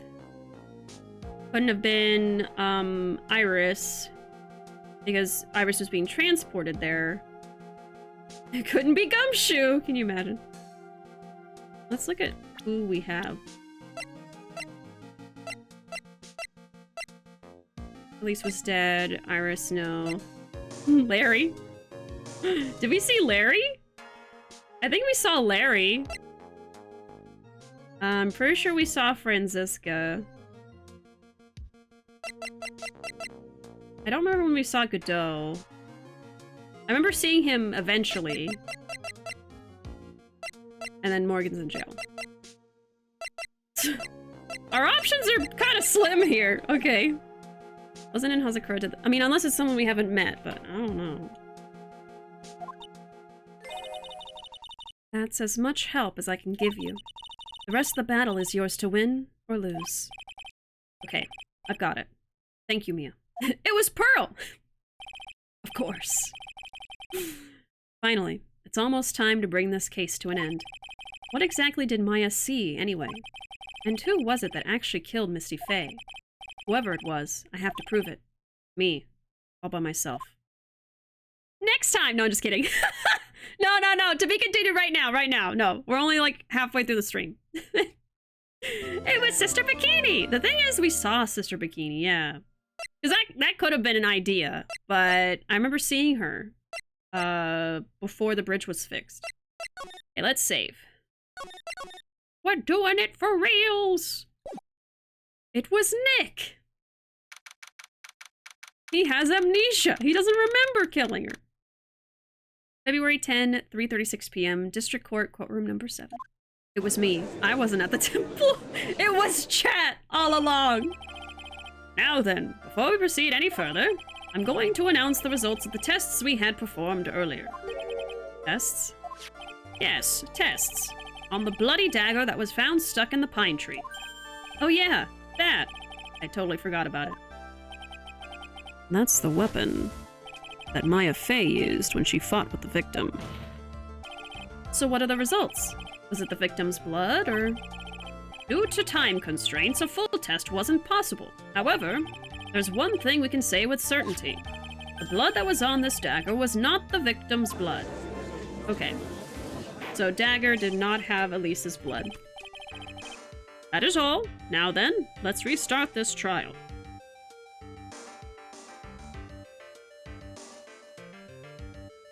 Okay.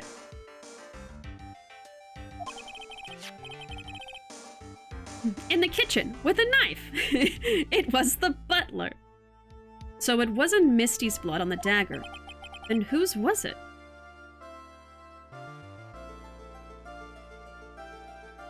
Unless Maya was actually stabbed but survived, because Dahlia was very convinced she had stabbed Maya. So I guess it could be Maya.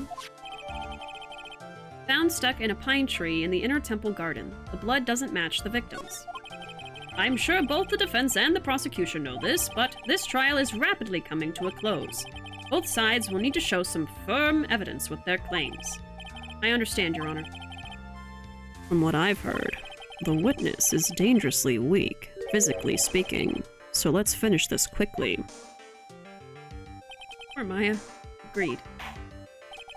Very well. Please bring in the last witness. Oh, Maya.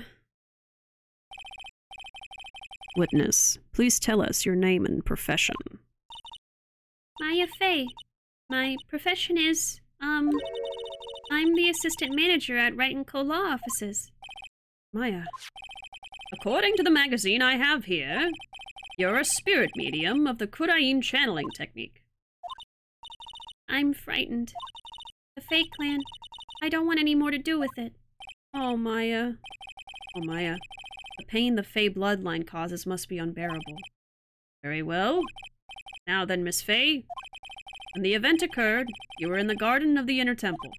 And you witnessed the moment of Miss Elise Dunam's murder. Is this correct?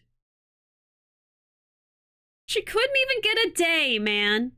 They couldn't even let her, like, take this in overnight and then maybe come in the next morning. You know? Oh my god. I didn't see anything. Straighten up this instant, young lady. Godot, shut up! Huh? Pick your head up and speak clearly. There's always time for crying later. But I... Bro. Your mother was killed right in front of your eyes. There's nothing you can do to change that fact. I want to punch him so bad. But there's something you can do. You can finish this. You've been watching the whole thing, right? You've seen the witnesses come out, and you've seen us squeeze the truth out of them. Now it's your turn. Let's hear your testimony. On the night of the crime, what exactly did you see happen? Witness, if you please. Yes, Your Honor. I'm so protective of Maya. I'm like, I want to destroy this man. Because he doesn't want her to get justice for her mom. I know Godot just wants her to finish this for his own gain. Because he's invested, you know? He wants to know the truth. I was passing through the garden on the way to a spare prep room when it happened. Suddenly, someone struck me over the head. I stumbled and ended up against the stone lantern. I think I screamed, "Help me!" And then something warm splashed over me. That's when I lost consciousness. Maybe she wasn't stabbed? So you were struck on the head. I suppose it must have been this staff.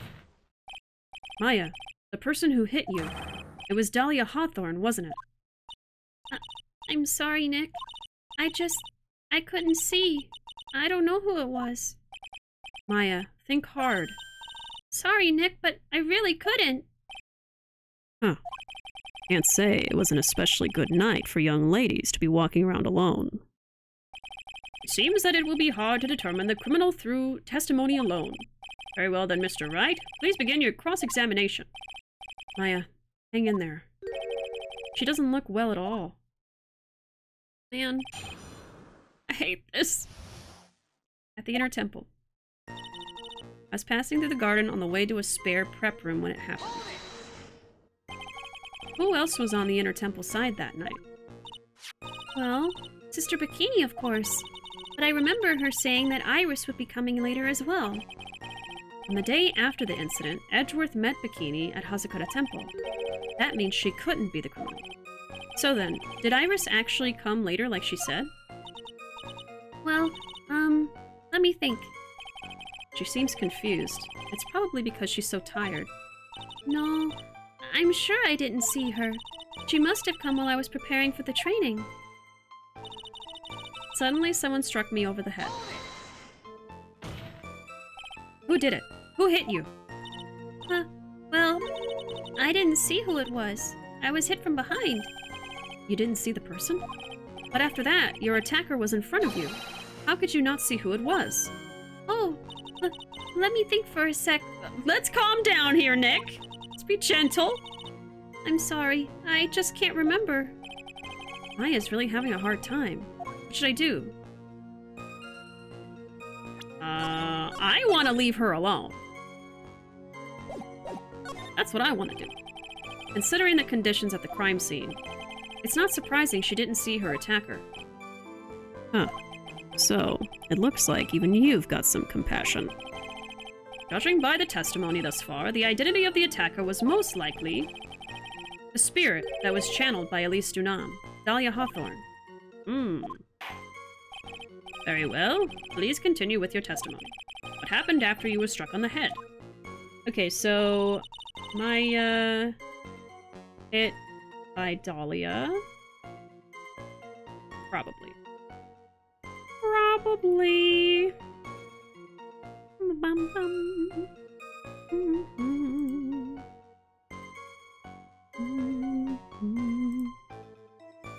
Phoenix's big panic. Maya wasn't allowed to rest. This is just not a good setup. I know, right?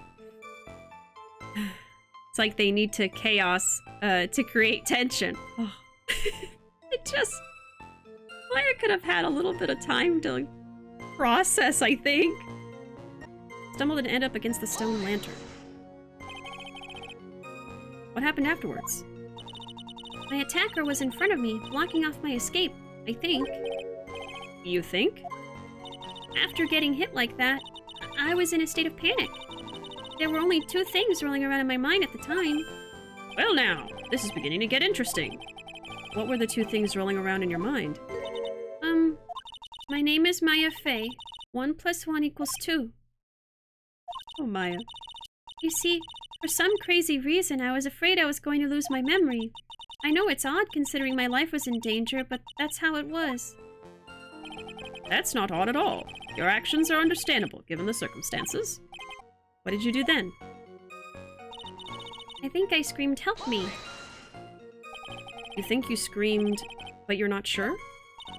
Listen, I was a complete wreck. It was dark and I couldn't see my attacker.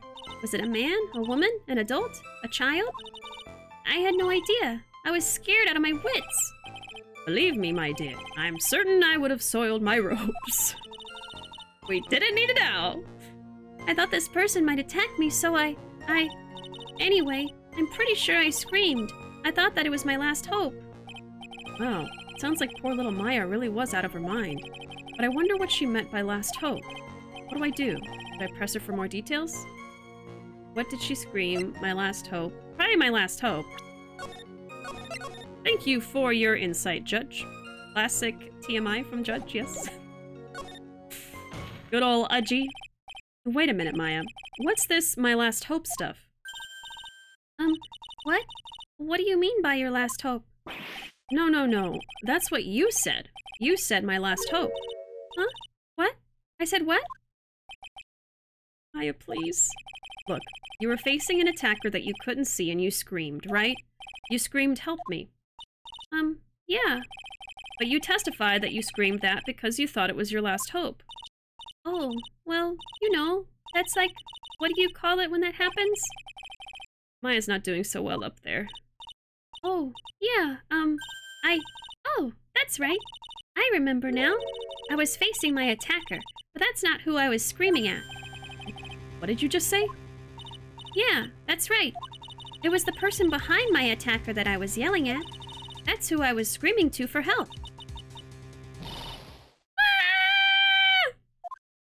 Ah! What is it now? I messed up. I didn't mean to let that slip out. Huh? Witness! Are you absolutely sure of what you're saying? Behind the attacker, there was another person? Well, I meant to keep that part a secret.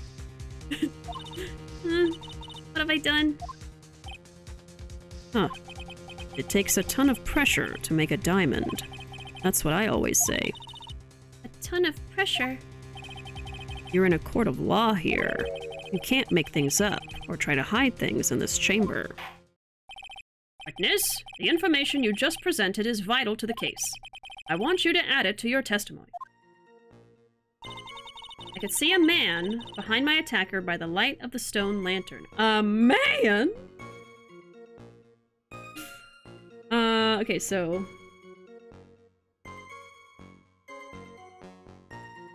behind attacker.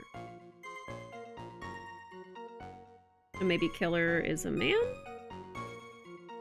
Okay. Not a man! Okay. A man? Who was this man? Well, you see, I couldn't see. You couldn't see? She's used this excuse twice now. Well, you know, lantern light isn't very bright. Lantern light, did you say? There's a great big stone lantern in the garden. They always light it when an acolyte is there for training. Hey, you know what they say? Under the lantern, darkness reigns. So I could see the person that was further away, but not my attacker who was closer. Plus, there weren't any other light sources in the garden at the time. That sounds odd. I could see a man behind my attacker by the light of the stone lantern. So that's probably the not coincidence, contradiction. Okay. Something warm splashed over me. You don't mean... was it... I didn't know it at the time, but... I think it was probably blood. She's saying that's when Miss Dunam, who was channeling Dahlia, was stabbed in the back by the killer? At that moment, I was paralyzed with fear. I was just sitting there in the snow. I'm sure blood got on everything around me. That's when I lost consciousness. So someone cleared all the blood around this, and it says it was not lit the night of the crime. So that's what I'm gonna use to press. Let's do this first. So what happened next? I don't remember. How were you saved? You don't even remember that? No, I haven't got any idea. I really don't know what happened at all. That's too bad. I've worked side by side with Maya for 2 years now. I can tell when she's trying to hide something by how she acts. And right now, I'm absolutely certain she's hiding something. Okay, so let's do the lantern. Yeah, this one. Let's give it a try! Yeah. So there was a man standing behind your attacker. Yeah. That man, he's the killer. He stabbed her from behind. He's the one who killed Elise Dunam, otherwise known as Misty Faye, your mother. The killer? Maya, you know who killed your mother, don't you? What is the meaning of this, Mr. Wright? To be frank, Your Honor, I think she is in shock and quite confused. That's why she hasn't noticed the huge problem with her testimony. Huh? What do you mean? What problem? Maya, on the night of the crime, That stone lantern was out of commission. Huh? What? It's true. There was no light anywhere in the garden that night. No! And see, I was really convinced there was, but apparently not. Order in the court! Mr. Godot, explain this! That poor intern. Add the pureness of milk to the perfect clear darkness of coffee. Stir. That is the state of the witness's mind right now. A cup of cafe au lait. I don't know what. Cafe au lait? Is that even legal? Mr. Trite's words are the milk, and you are the spoon. Your Honor. Oh, it's cafe au lait. Ole! Slay! Cafe. Oh, slay.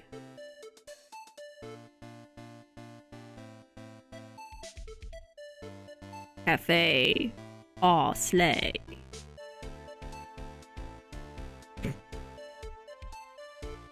G'day. You are the spoon.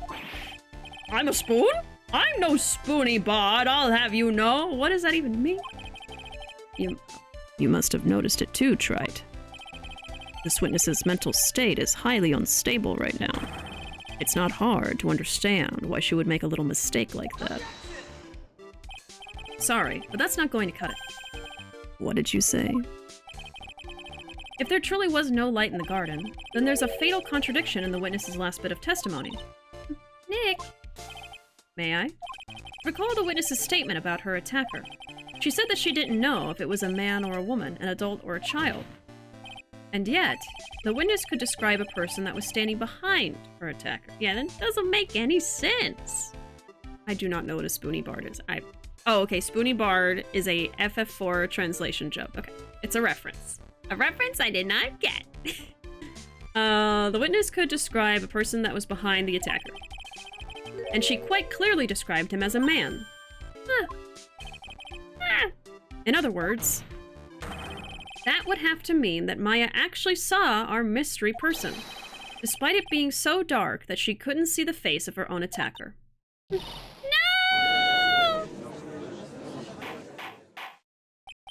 Order! Order! What in the world does this all mean, Mr. Wright? Are you saying Miss Faye saw the real killer under pitch-black conditions? Trite, do you have any idea what you're proposing? How could she have seen in the dark? There was no other light source at the scene. There are some things that you can only see in the dark, Mr. Godot. Maya, you did see who the killer was in the dark. And now, you're trying to cover for him. Cover? For the man that killed her mother? There's only one conclusion I can draw from this. You know who this man is. Please, Nick. I don't know anything. Please, I'm begging you. Huh. You talk a good game, Trite. But let's see if you can walk the walk. It was pitch black, so what could the witness see? I'm calling your bluff. No, Nick, don't. Please stop. I feel bad. Maya's dead set on protecting this guy, the man who murdered Maya's long-lost mother. But I can't let him get away with it. I'm a lawyer, an officer of the court. I'm here to find the truth. I mean, the person who killed Elise was not trying to kill Elise, I'm pretty sure. They were protecting Maya from being killed by Dahlia. So really, this is a killer, but not someone who's killing to kill, but killing to protect Maya. So I initially was like, oh, Iris? But it's not Iris. It's some dude. Some guy. I'm officer of the court. I'm here to find the truth. All right, Mr. Wright. Time to show us what you've got. Who was this person that you say Miss Faye saw in the darkness? So who I think the killer is? Some dude guy. Well, the killer has to be here in my list of profiles. So we have Godot. Gumshoe. She would protect Gumshoe, I have to say. She would protect him. But we know it's not Gumshoe because we saw him on the other side of the bridge the next morning. So it can't be him. And then we have Larry. She would probably also protect Larry. But I am pretty sure we saw Larry before the bridge was fixed as well. Maybe? And then, of course, Edgeworth is not the one either.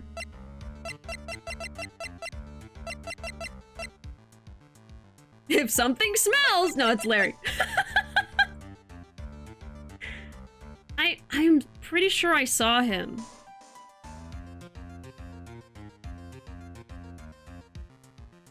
Who wasn't at Hazakura Temple. At this point, it's Larry or it's Godot. Mastermind Larry theory? Book him, send him to jail. I actually do want to send Larry to jail. Oh my god. Yeah, Darth Jar Jar and Darth Larry. Okay, you know, actually, let me go through my notes and see if I actually say if Larry was seen that morning. Oh god, where would even the note be? Oh, it's from a while ago. Okay, give me a second.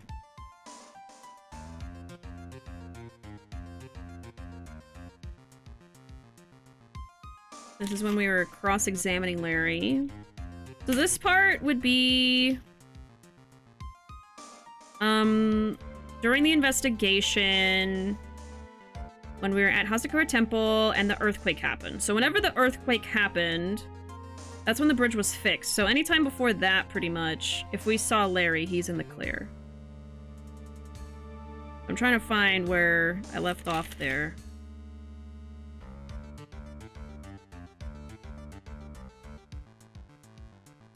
Let me see. So we have Bikini's statement here. I think this is earlier. Yeah, so it's gonna be after this. Oh boy.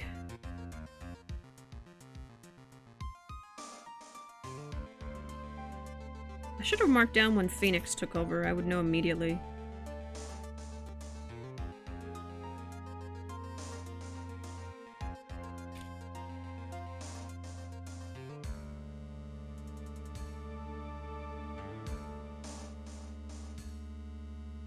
I guess it's after Larry's testimony, because that was when Edgeworth was still protagonist.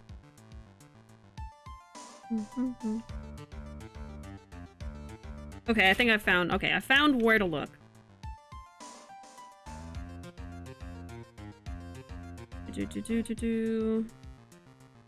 Incinerator has been used. So that was after the bridge was fixed. So I don't think I really have it written down. But I know that we saw, Gumshoe, I know we saw Edgeworth, Iris, Bikini. I don't have Larry written down, but...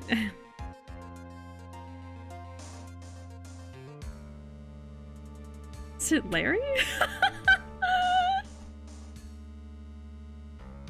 Miss Face saw in the darkness. I mean, Phoenix said something interesting. He was like, there are some things you can only see in the dark. So, if Larry was in a dark room, I don't think you would see him. But Godot does have a giant light on his face. I'm gonna try Godot. I'm gonna try Godot.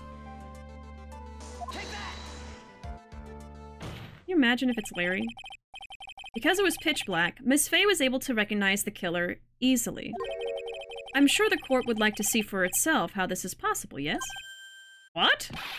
But how do you propose to show us something like that? It's easy.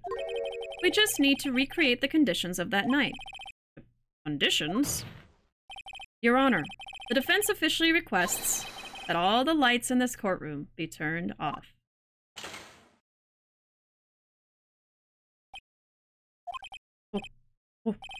This is... But it can't be! Huh. Yep. Yep. That was a nice bit of deduction, Trite. So... But like, okay.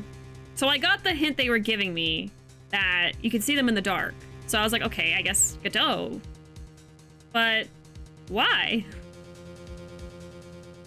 I don't understand. Why is it Godot? Okay. Well, everyone, this is the man Maya saw on the night of the murder. I'm like, why? Because the person who killed Elise would have known about Dahlia's plan from the beginning. That's another aspect of this.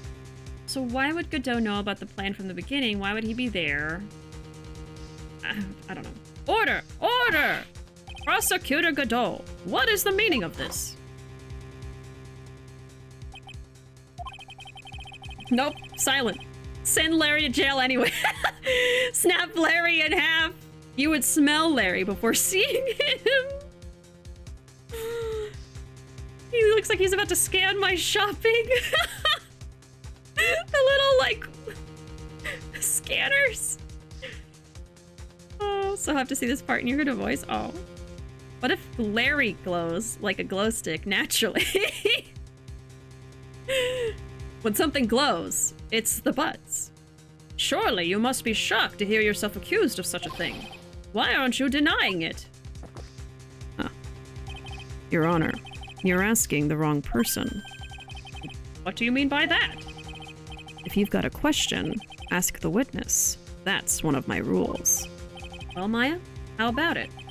What you saw that night? Was it 3 glowing red lights? Well, witness, answer the question. You're wrong. I thought she was gonna say yes.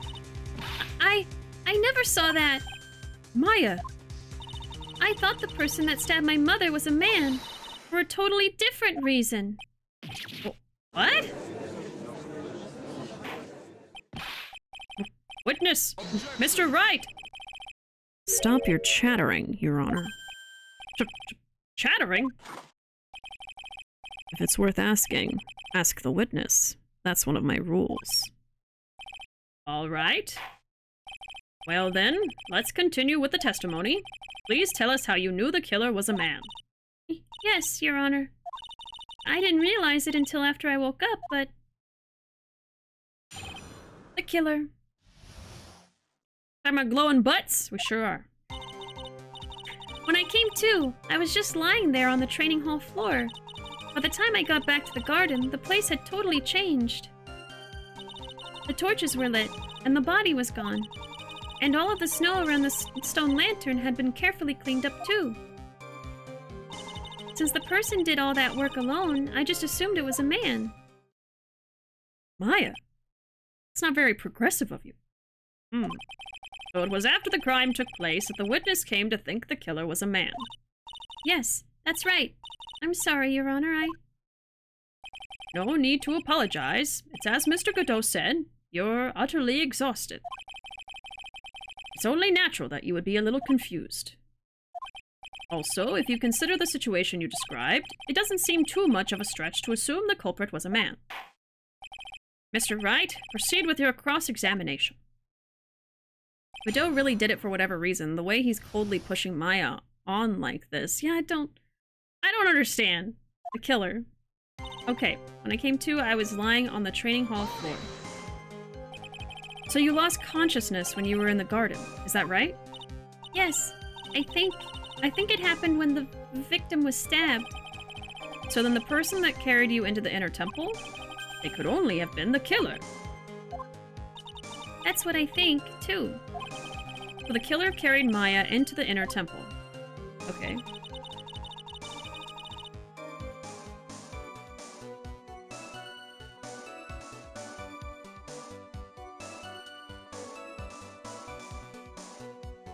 Got it. Oh. Stream is dipping a little bit. Let me know if there's any lag. It looks like it got better, but let me know. By the time I got back to the garden, the place had changed. Naturally, the killer must have done it, right? Yes, I think so. But why would the killer tamper with the crime scene like that? There must have been something that the killer desperately wanted to hide.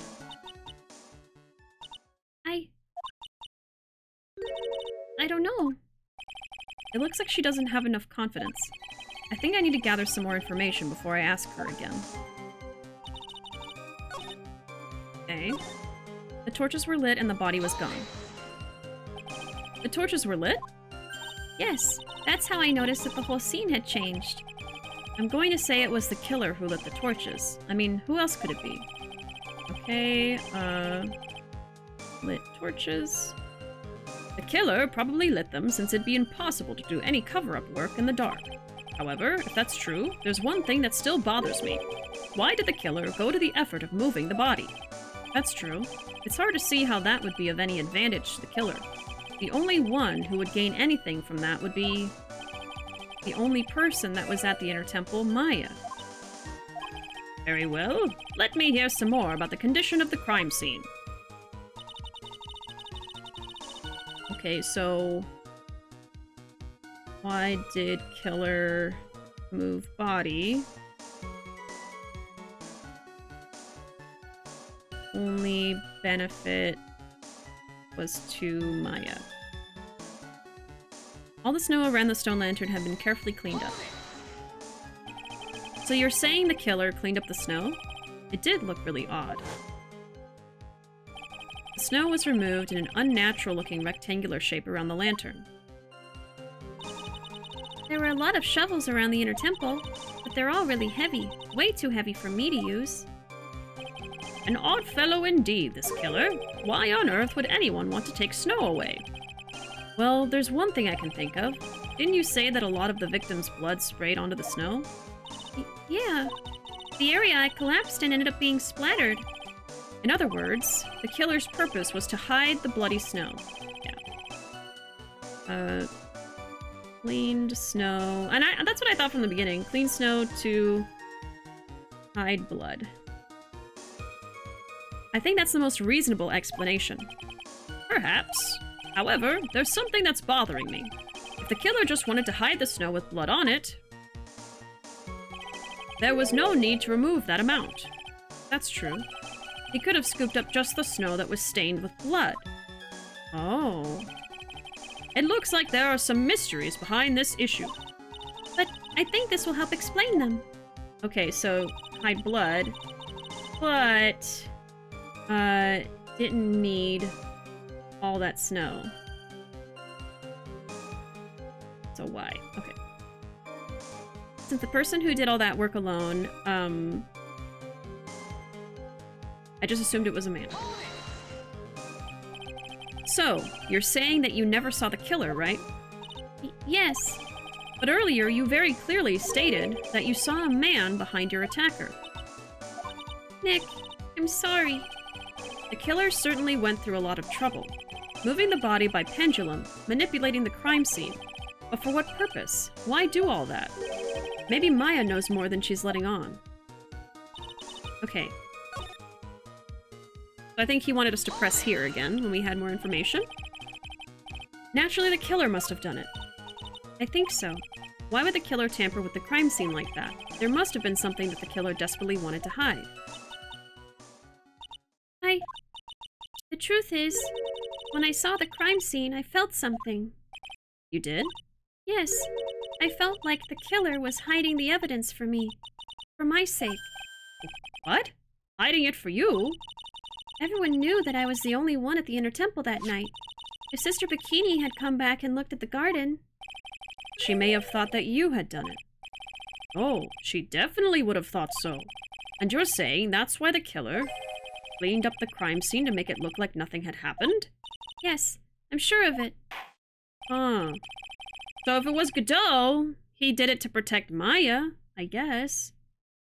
Okay, so all this was done. We don't know why the snow was cleared like that yet, but all this was done to protect Maya.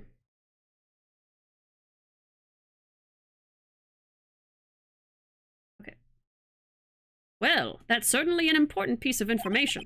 I want you to add that to your testimony. Yes, Your Honor. I think it was for my sake the killer cleaned up the evidence of what had happened. They did it for your sake? Well, if the body and the blood hadn't been removed, I would have immediately been the prime suspect, right? Yes, I suppose that's true. Yeah, and if that happened, the body would have caused some other problems too. If her real identity had come out right then, it would have been terrible. Master of Kurain killed by own daughter. I don't think Maya would have been able to handle it. But still, it's rather difficult to fathom the killer's motives. What reason is there to go through that much trouble to protect you?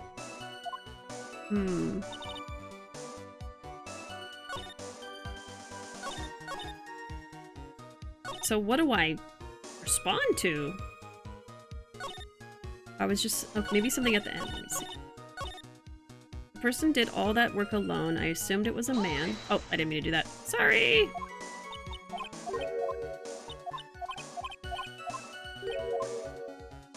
Okay. All the snow around the stone lantern had been carefully cleaned up. Torches were lit and the body was gone.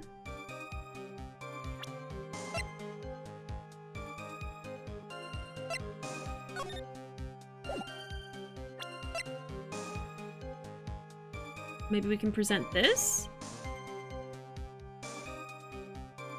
I think it was for my sake that the killer cleaned up the evidence of what had happened. Was it?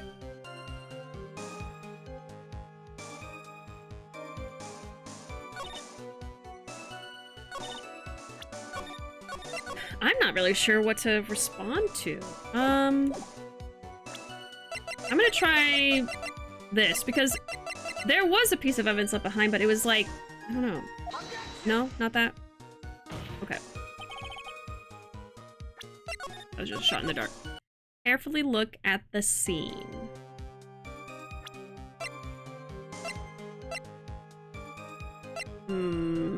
Like the garden? I don't have a picture of the garden.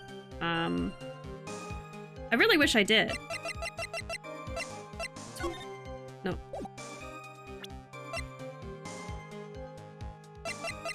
I have...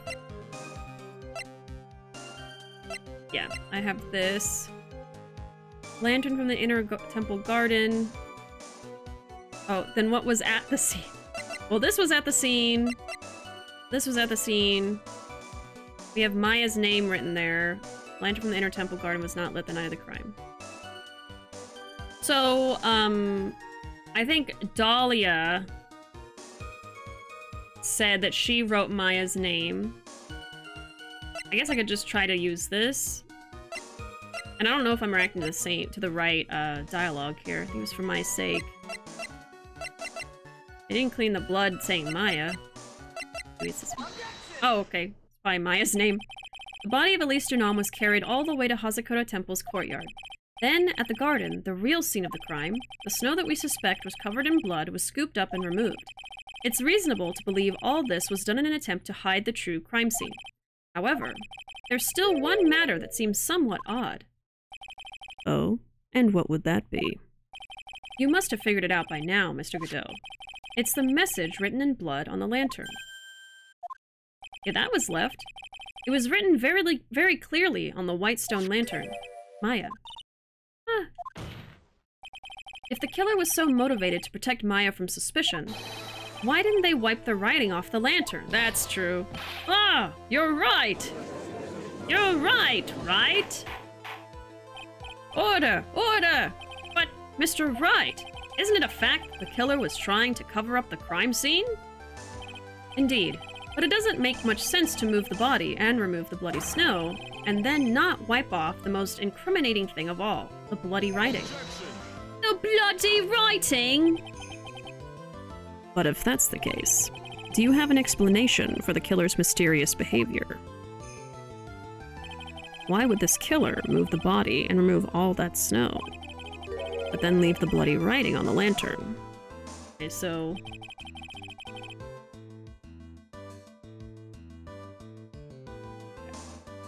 I don't know what the killer's plan was, but it's a fact that the killer left the writing on the lantern. There must be a reason. Well then, Mr. Wright, let's hear your opinion. Oh no. Oh no. You bloody shot me! Now I'm all bloody! I hope the judge has another British brother too. I've got to do a British accent for the next Ace Attorney game. I've got to just pick a character and make them sound British. So I can use it the whole playthrough. Why did the killer leave the message written in blood on the lantern? The killer wrote it to pin the crime on Maya. Oh, the killer didn't notice it. He couldn't see the red. I almost forgot about that. His visor doesn't let him see red. Well, all he sees is red. So if there's something red, he won't really notice it. It'll blend in. He didn't notice it. Oh, man. So he was trying to protect her. Okay. Man. This is odd. Prosecutor Godot, earlier in this trial, you gave me some good advice. Once you eliminate the impossible, whatever remains must be the truth. Maybe you're not as dumb as I thought. The real killer wanted to disguise the fact that a crime had occurred there.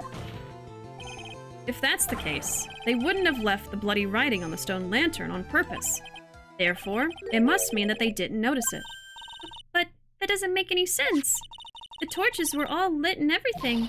There's no way any normal person would miss something as glaring as that. You think that Godot is normal? You're right. There is no way any normal person would. What? What are you trying to say, Mr. Wright? And you know why Godot's not normal? It's not even the visor. It's not the visor. It's just him as a person. There's only one person involved in this incident who could have missed seeing the bloody writing altogether. Who would that be? Who is the person that could have failed to notice the bloody writing? The same person we've been talking about for the last hour. Mr. Godot, this is what you said yesterday. My eyesight is pretty messed up. Even with these huge goggles on my head, I still can't see everything. You can't see everything? Is that correct, Mr. Godot? This lantern was submitted as evidence today. I would like the court to think back to the moment it was first presented. This lantern? There's something written on it. Why, it's written in blood. Nonsense. This lantern, it's as clean as a whistle. My other baby girl boss. Mr. Godot, just admit it. There are certain colors you can't see, correct? You can't see red on a white background, can you? That's right. We went through this once before, during the poisoning case at Tribulations. Oh. This is the apron the delightful Miss Bird was wearing at the time, and somehow spilled coffee on. There's something still bothering me, Mr. Godot. Why have you not explained the bloodstain to the court? Bloodstain? What bloodstain would that be? Don't play games, prosecutor. The blood-colored stain that's smeared all over the apron. That's ridiculous. No one told me anything about a bloodstain. Ah, I forgot that.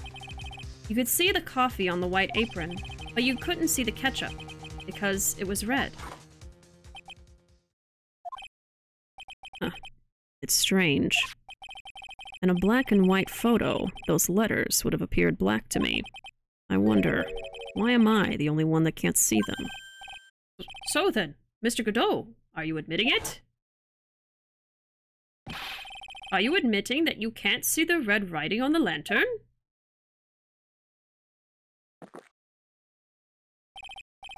Hey, Gramps, didn't you know? That's the reason why I don't drink red tea. Oh, man. I wasn't sure about it until now, but I just can't believe it. Prosecutor Godot is the murderer. But there's no going back now. I finally figured out the truth. Mr. Godot, the defense at this time formally accuses you. You are the murderer of Miss Elise Dunham, also known as Miss Misty Fey. It's hard to believe this may be true. However, once again, Mr. Wright has brought up a disquieting fact about you. Huh. Just make sure you don't fill out the indictment in red ink, Gramps. Come on. How does a little graffiti make me into the killer? Besides, it's not like it's my name that's written there.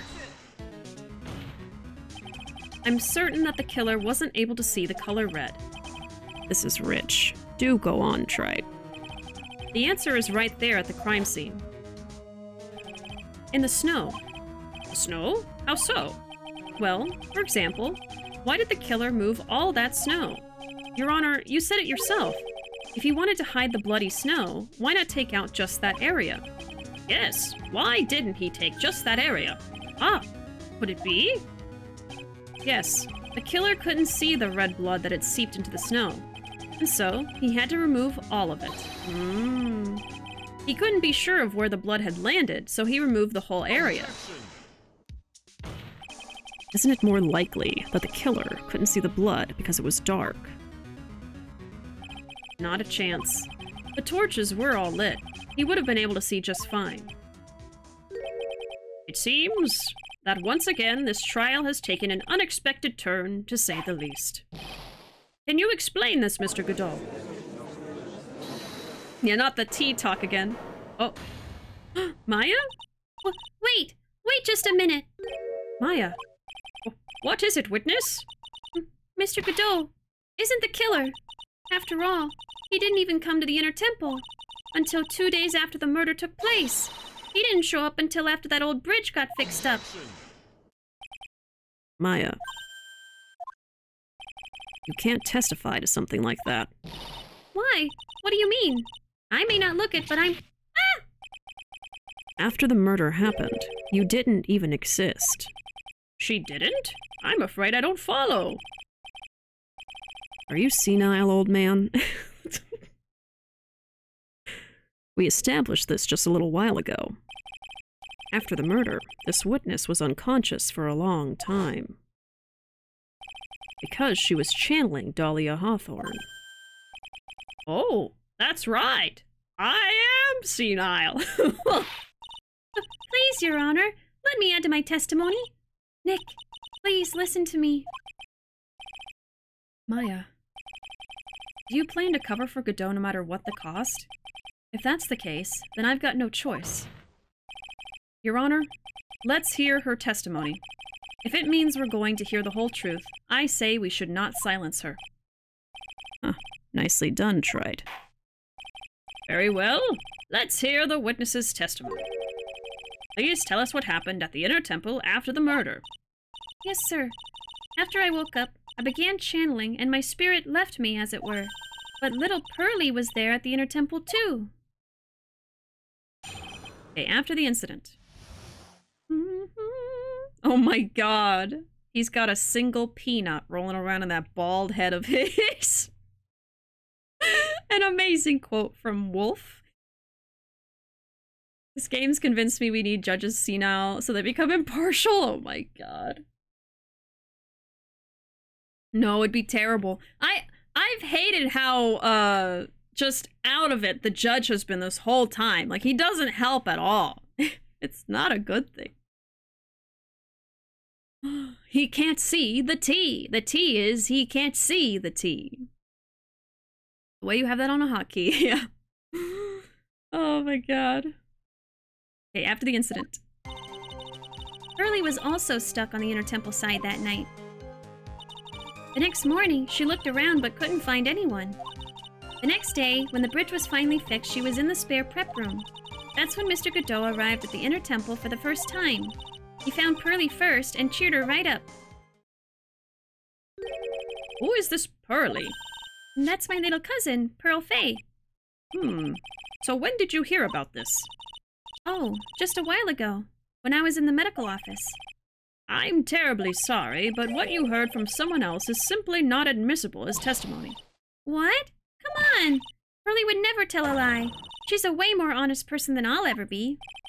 Real smart, Maya. You always know the best things to say when you're under oath.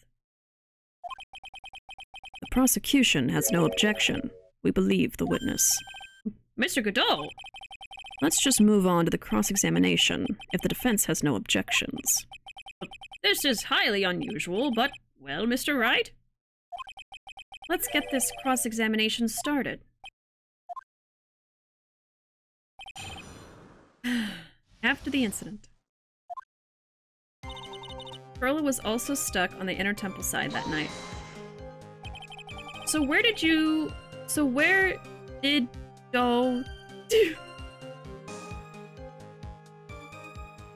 What? So where did you think Pearl slept that night? Where did Do...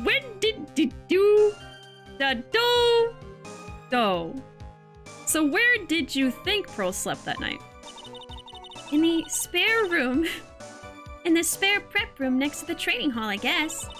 There's a rule that you can't enter the training hall during an acolyte's training. But even so, why did she go to the inner temple in the first place? It seems that Pearls became very worried about Maya. She knew that the spiritual training I was about to undergo was very intense. That is true. She did go check on her. Pearls was supposed to channel Dahlia Hawthorne, but she couldn't do it. That's why she headed to the inner temple. However, Dahlia Hawthorne was already there, possessing the body of Elise Dunham. The next morning, she looked around but couldn't find anyone. The next day, when the bridge was finally fixed, she was in the spare prep room. Oh wait, I'm just reading it out now. Okay. Next morning, she looked around but couldn't find anyone. She searched the entire inner temple side, end to end. Well, you see, Pearlie gets pretty scared when she's alone. There weren't that many places to look. She says that she even went back and forth several times. The inner temple side has two structures, the training hall and a spare prep room. There's also a storage shack, I think. That's about it. There was a storage shack. Oh, there was a storage shack too? Rose was looking for other people, right? Would she have really examined a storage shack all that carefully? Well, if it was me, that would be the first place I would investigate. So that means it's possible that someone may have been hiding in the storage shack. The next day, when the bridge was finally fixed, she was in the spare prep room. Pearls didn't hear the sound of them working on the bridge. What do you mean? I was just wondering why she would stay in the prep room. If it was me, I'd at least go out and wait at the foot of the bridge. Oh, well, Pearlie says she was sleeping at the time. She said she was so scared during the night that she couldn't sleep well and woke up a bunch of times. Poor little girl, all alone like that. Well, we know that she had at least one friend in the Sacred Cavern, Dahlia Hawthorne, who was busy battling with the trick lock. She couldn't let anyone see her, so she wouldn't have shown herself to Pearls. Yeah, Dahlia did say she was interrupted by someone, so that was Pearls. Okay, so... Dahlia was interrupted by Pearls looking for people or thing. Okay, she wouldn't have shown herself to Pearls. What happened after the bridge was finally fixed? That's when Mr. Godot arrived at the inner temple for the first time. So it was your first time on the inner temple side, Mr. Godot. That's funny. Am I imagining things, or did the defense ask me a question? Mr. Wright, please save your questions for the witness. What you heard from someone else is simply not admissible as testimony. Those are your words, Your Honor. Touché, Mr. Wright. Oh, well, what do you have to say, Mr. Godot? Hot nights, and even hotter coffee. That's what I always say. If it hadn't have been for this case, I never would have visited there. A freezing cold temple in the mountains. I think I'll pass. So he had never visited Hasakura Temple or the Inner Temple, huh? You want to say something, Trite? In any case, I have to find a crack in Godot's armor. While I cross-examine Maya, that is. How dare you address my existence? He's changing all the rules! Very well, please go on with your testimony. After fixing the bridge, the policeman came over to the Inner Temple side, right? Yes. Then Mr. Godot... He found Pearly first and cheered her right up. So I'm probably going to react to this phrase right here. That's when he arrived at the Inner Temple for the first time. So I might have evidence that he's been there before. Has Godot been to Inner Temple before bridge fix? Okay. Some basic hoe is talking to me. Oh my god. Okay, he found Pearly and cheered her up. He cheered her up? That's what Pearly said. She said he was a very nice older gentleman. Thank you for looking after my cousin, Mr. Godot. And here I was thinking you were nothing more than a coffee addict. Cut it out. You're making me blush. This guy is really beginning to get on my nerves. In more ways than one. The truth is, there aren't that many places to look on the Inner Temple side. The policemen were all busy going over the garden with fine-toothed combs. So I decided to carry out an investigation in my own way, Godot style. I'm the same way. I like to hand down verdicts in my own way, judge style. Maybe I should ask some questions, Phoenix style. Let's see. Yeah, at this point, we know that he killed Elise, but we don't know why exactly. Well, we have some guesses, but we're trying to figure out motive still, and we're trying to prove that he did do it. But yeah, that's where we're at right now. Why did he cheer Pearly up if he hadn't been there before? I guess Maya is saying that he discovered Pearly and then tried to cheer her up, but he had just gotten there. I'm gonna read the dialogue, Bishi style. Yeah. Forget it.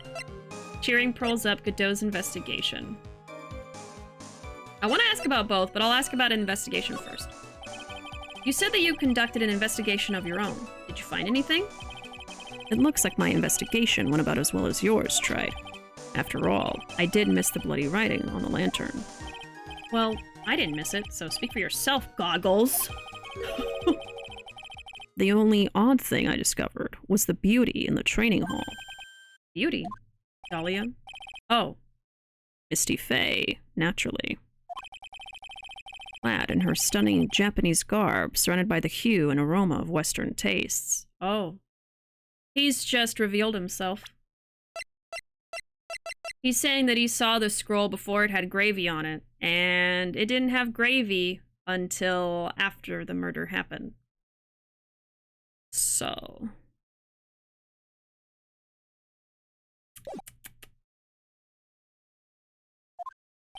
Western tastes? Could he find a stranger way to describe gravy?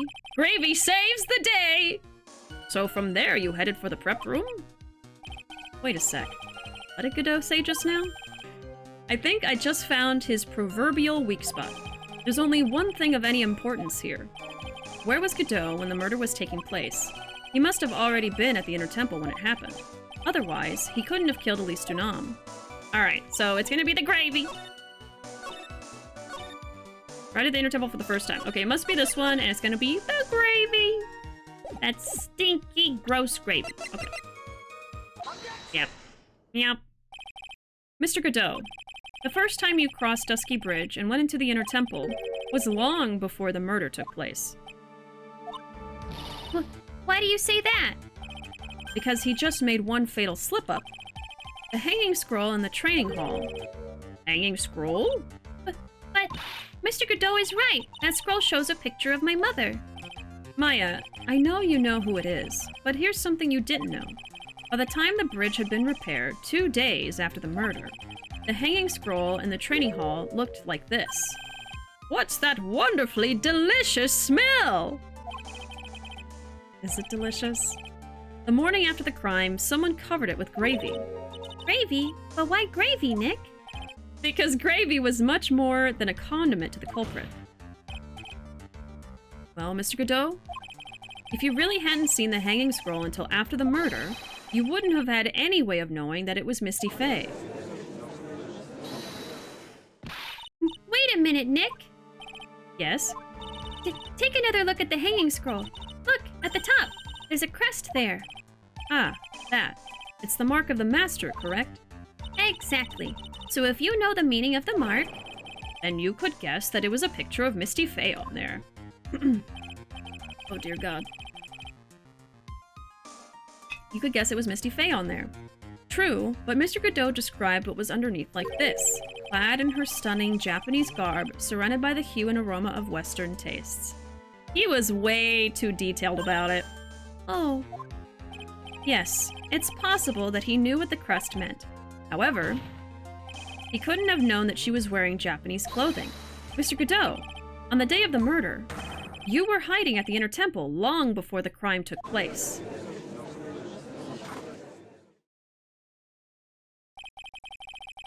Can I ask you just one little thing, Tried? What is it? This whole theory of yours, it all rests on a certain assumption. That I knew beforehand that a crime was going to be committed. that's right. Otherwise, there's no reason for him to sneak onto the crime scene. Of course Mr. Godot knew about the plan. Huh? Well, what did you say? Is it really possible that another person knew of that plan? Well, yeah, because of the note. And Pearl said it was open already. Well, It must be that. Lick the scroll like that wallpaper in Willy Wonka. Oh. His desire to be poetic would be his downfall, right? Okay, I'm gonna present this. I'm pretty sure that's what it is. This crime was actually planned over a year ago. Morgan Fay authored the plan for her daughter's future. And these instructions were hidden somewhere in Fay Manor for a year. However, by the time little Pearls found these instructions, they had already been unsealed. Unsealed? Yes. The killer had read these instructions long before Pearls ever found them. That's how he knew the crime was to take place at the Inner Temple. You know, I just realized something too. I've been thinking this whole time, ever since it was revealed that Elise was the one who channeled Dahlia, why the hell would Elise channel Dahlia? Because it's not like Dahlia just came out of nowhere and possessed her. Elise channeled her willingly. I think what happened is, Godot somehow stumbled on this note ahead of time. And then that's why he knew about it and why all of this went down. But with Elise, I think she read it when Pearls showed it to her because Pearls didn't know what gravely meant and asked her for help because she was an author. And so Elise read it in that moment and maybe was trying to do something, maybe intercept it and stop it, but ended up just... I think she should have talked to Pearls and told her, this is a bad idea, don't do this, but... You know... That's how he knew the crime was to take place at the Inner Temple. And you still insist this crafty killer is me? You bet I do. But you just said that the instructions were hidden. That's right. Mr. Godot couldn't have known where the instructions were hidden. If he really wanted to know, he had one great chance to find out. Yes, and when was that? During a visit. A visit? Morgan Fay told her daughter Pearl about where the instructions were hidden. During one of her visits to the detention center. That would be the only time for someone to have learned where they were hidden. Eavesdropping on a visit at the detention center. Yes, it could be arranged if you were someone with easy access in and out of there. Like, for example, a prosecutor, such as Mr. Godot. I didn't think about that. Order! Order! Mr. Godot, you're under fire again! This murder could not have been carried out without prior knowledge, and you were the only one that could have acquired this information before the murder.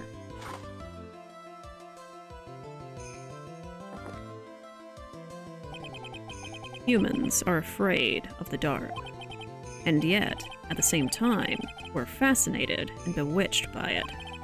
Maybe that's why humans drink the darkness as coffee. Sorry for always asking, but what does that mean? Okay, Bane! It means there's a reason for everything.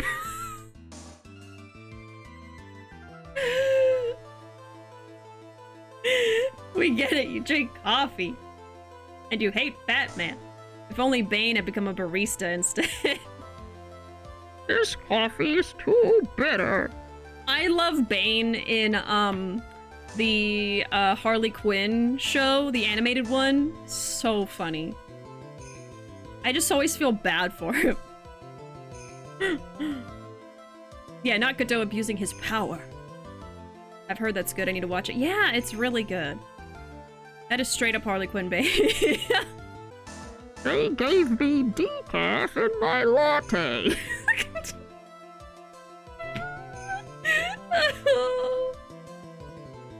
Oh, I love that Bane so much. This isn't oat milk. I just want to do all of Chad in a Bane voice. It's so funny. There's a reason for everything. According to your theory, the killer, in this case, eavesdropped on a conversation during a jail visit where he learned of a hidden plan for a crime.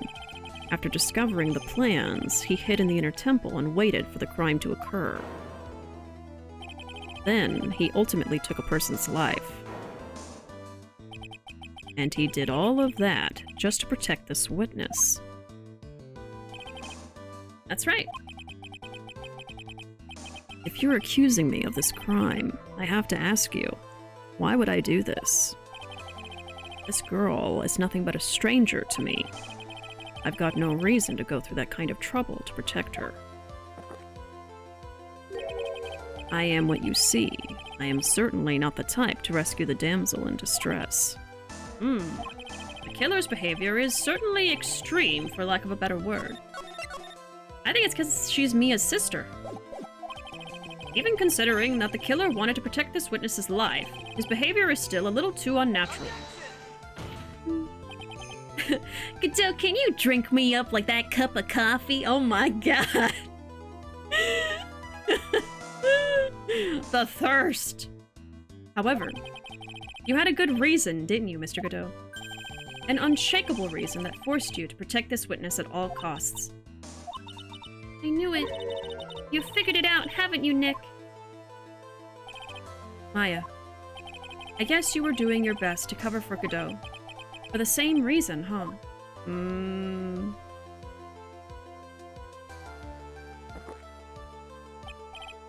Okay, Trite.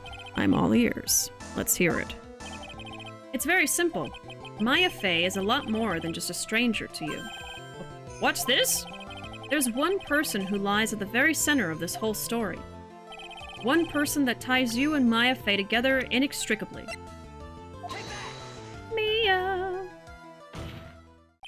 There's a very good reason why Maya Fey's life is so precious to you. After all, she is Mia Fey's only sister. Mia Fey.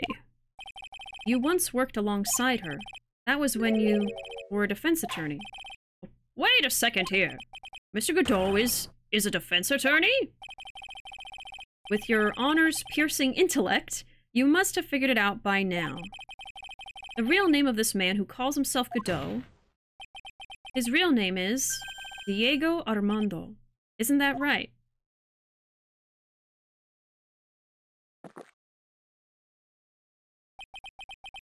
The last time someone called me by that name was over 6 years ago. Diego Armando. That name rings a bell. It should, Your Honor. All of this is related to a single case. DL6! A case in which a convict named Terry Falls killed himself. Mia Fey's first time in court. The tragic outcome left a deep wound in her heart. She knew that behind it all was a heartless, scheming demoness in disguise. But in the end, Mia couldn't tear off that disguise. However, there was one man who reached out to help her. Diego Armando, a senior defense attorney at the office where Mia worked. It's my fault. It's all my fault that Mr. Falls killed himself. Mia, you can't cry yet.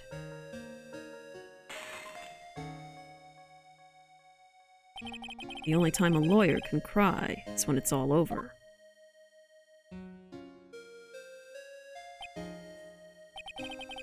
I was moved by her, the way she put all her faith in her clients, that pure, sweet heart of hers. That's why I could never forgive Dahlia Hawthorne. Mia and I thoroughly investigated that fake kidnapping incident. Then, one fateful day, Dahlia wanted to meet with me. It had been 6 months since the trial. We met in the courthouse cafeteria. Ah, I just remembered. 6 years ago, right here in this courthouse, you were poisoned. Even I didn't see it coming. Was it in his coffee? Dahlia Hawthorne slipped some poison into my coffee. Oh, of course. Some newspapers at the time called it a murder, but very little information about the case was released to the press. But you weren't dead at all. No official reports ever actually called it a murder. I was just in a deep, deep coma. I see. My body shut down, and my life became nothing but a long, deep sleep. That woman's poison did a real number on my central nervous system. I lost my sight, and all of my hair turned white, due to the damage it caused. It's terrible. Apparently, it was a miracle that I ever regained consciousness. 5 years had passed since I drank that poisoned brew. Then, one morning, my eyes flew open from the smell of a doctor's cup of coffee. 5 years? You were asleep for 5 years? And the worst possible news was waiting for me. Mia Fey was dead. From the very moment I opened my eyes, I had already lost everything I thought I had. The woman I loved had been murdered, and the woman I loathed had been sentenced to death. The woman you loathed? The woman who had spiked my scalding hot coffee, Dahlia Hawthorne.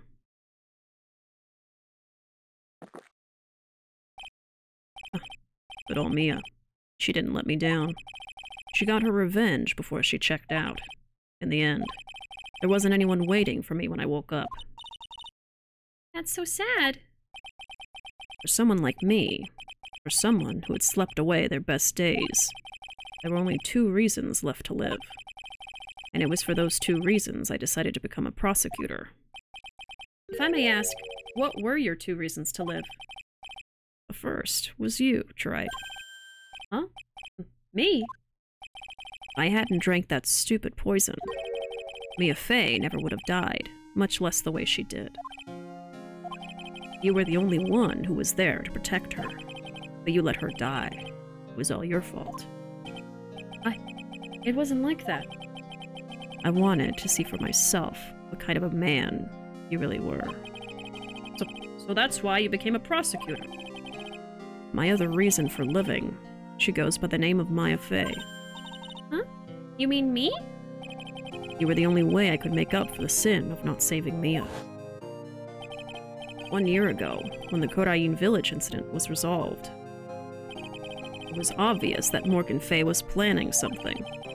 Whatever her evil plan was, I was determined to stop it. My role as a prosecutor put me in the perfect position to do something about her.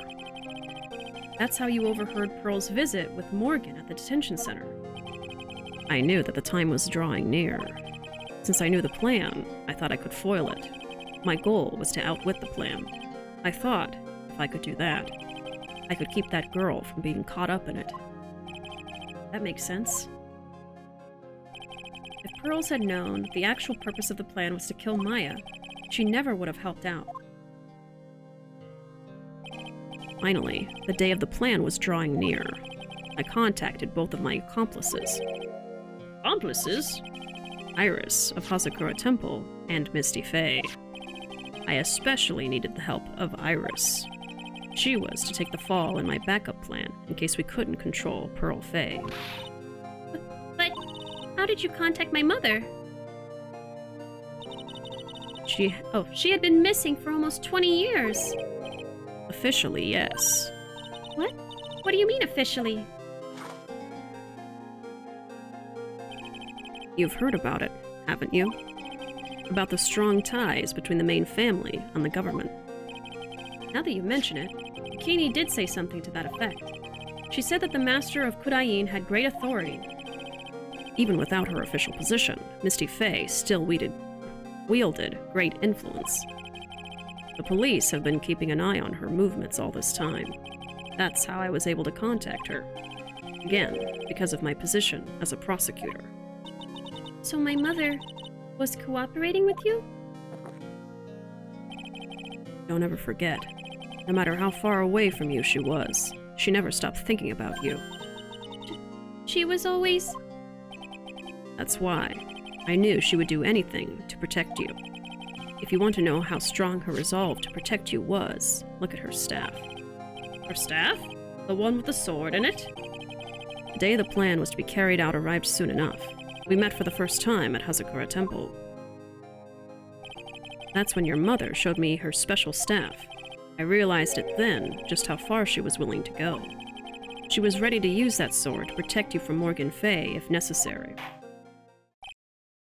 Yes, even if it meant paying the ultimate price. Mother. This is so sad. Oh my god. That night, the night of the crime, there was just one way to stop Morgan's evil plan. You mean pearls, don't you? We had to make sure she didn't channel Dahlia Hawthorne. Well, Pearl, what are you going to do tonight? Well, if you'd like, you can come to my room. Perhaps we can read some books together.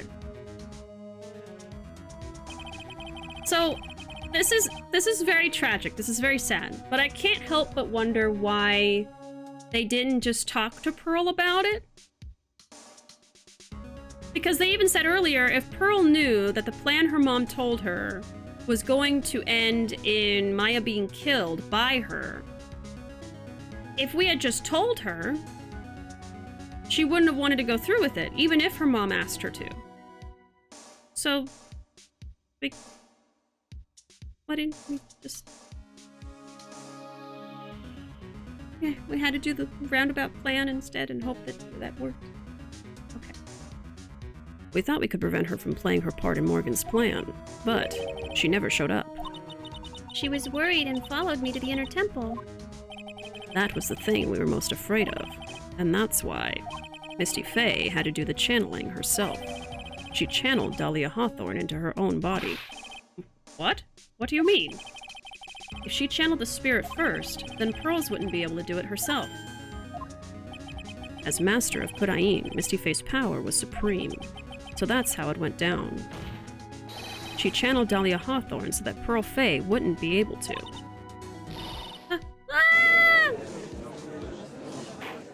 They must have assumed Pearl was naive and would believe her mom first, I guess. Oh, God. I just hate how it all turned out. What? Is this true? My role in the plan was to make sure no one was going to hurt Maya Fey. That's why I hid myself at the inner temple, just in case you needed to be saved from Dahlia Hawthorne. Godot. Anyway, that's all I'm going to admit to, Trite. Huh?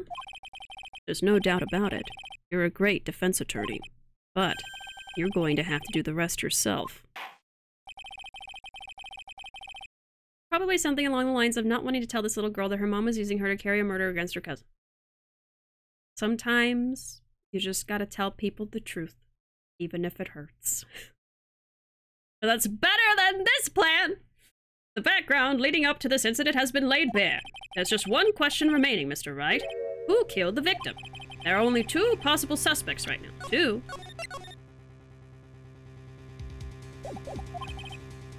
Maya Fey. And I'm sad to say you, Mr. Godot. Well, it's Mr. Godot.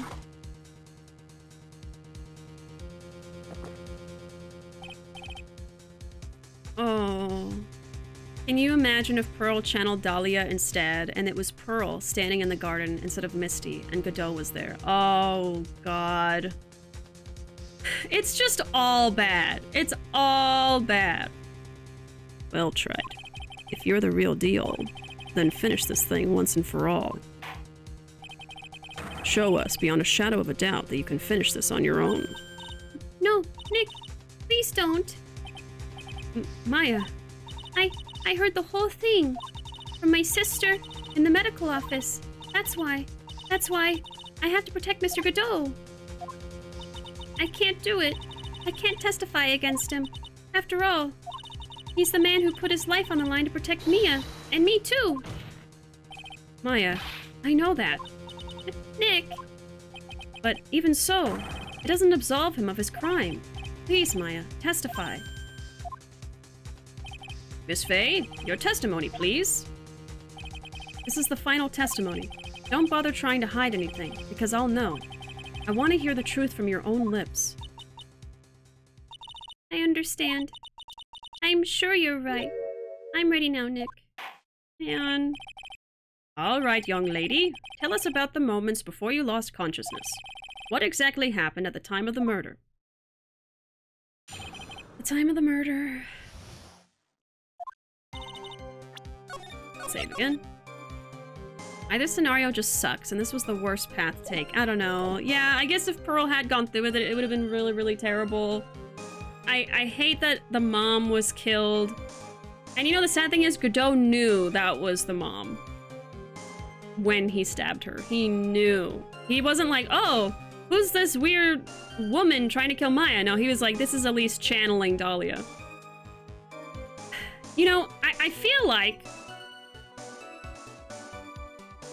they could have had at least channel Dahlia and have her locked up in a cell or something. I mean, I think that would have been just as effective, you know?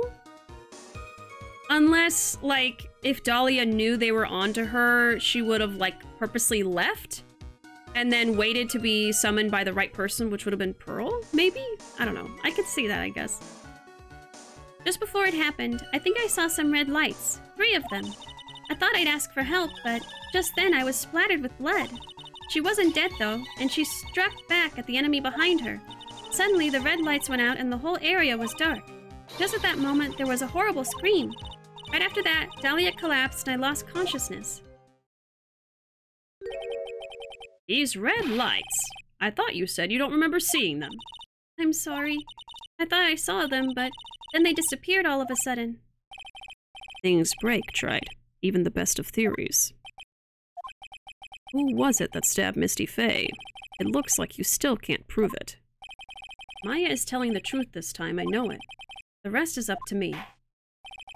Well then, Mr. Wright, proceed with your final cross-examination of the witness. By the way, Ruuuvo, if you don't mind terribly, could you bring me some more water? I'm dying here. I haven't had water for like 20 minutes, but I don't want to take a break to stop. I just want to finish the game. The time of the murder. I was very thirsty. Bane cannot fight without his water. Bane cannot fight when he is parched. Bane's throat is feeling a little scratchy. It's important to stay hydrated. Just before it happened, I think I saw some red lights, 3 of them. Light shining in the dark? I don't think you could make a mistake about that. Yeah, you're right. I think I saw them, but I can't say for certain. And I can't tell you for sure they were from Mr. Godot's mask either. I don't get the feeling she's covering for him anymore, but... Sure, let's press. Remember, 8 glasses of water a day. Just after that, you turned towards the light and called for help. Isn't that because you thought the lights were coming from Mr. Godot's mask? Yeah, I guess so. Maybe that's what I was thinking at the time. But I can't remember. After all, there was a person I couldn't identify in front of me. Maya's life was in terrible danger at the time. There's no way she can remember the details of the scene perfectly.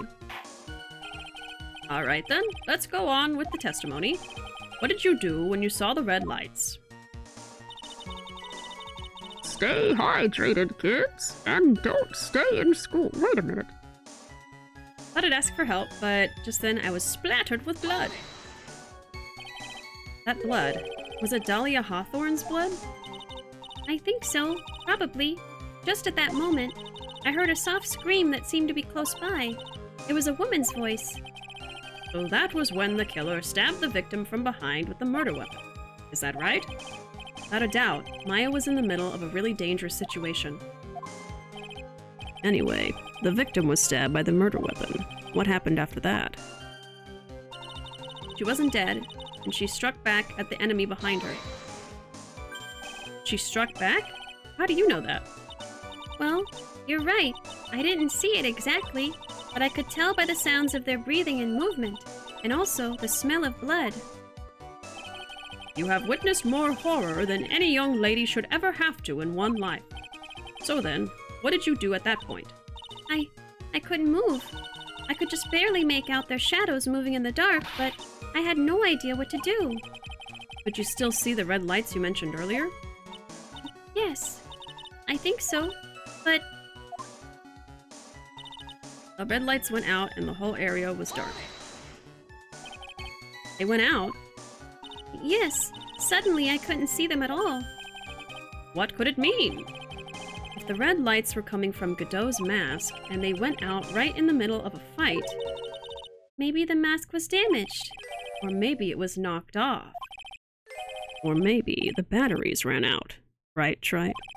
Or maybe those little red pinhead-looking lights just stopped working.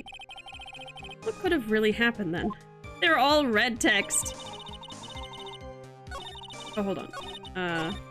Red lights went out and the whole area was dark. So maybe we want to react to this and say why the lights went out?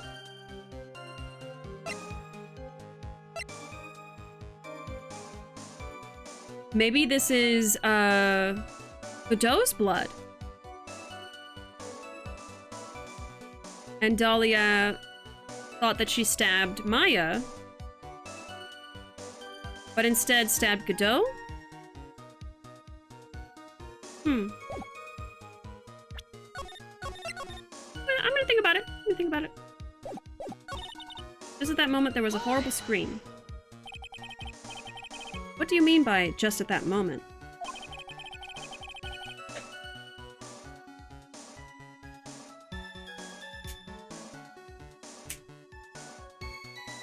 Well, Trite, mind explaining to us what... Hold on, my visor's battery just ran out. Do you mean the moment when the red lights went out? Yes, that's right. The scream that you heard then, was it Dahlia Hawthorne? I don't think so. I'm pretty sure it was a man's voice. What? So Godot screamed? I mean, he did probably get stabbed. So then the scream came from the killer? That's gotta be it. I think Dahlia Hawthorne must have taken the blade and attacked the killer with it.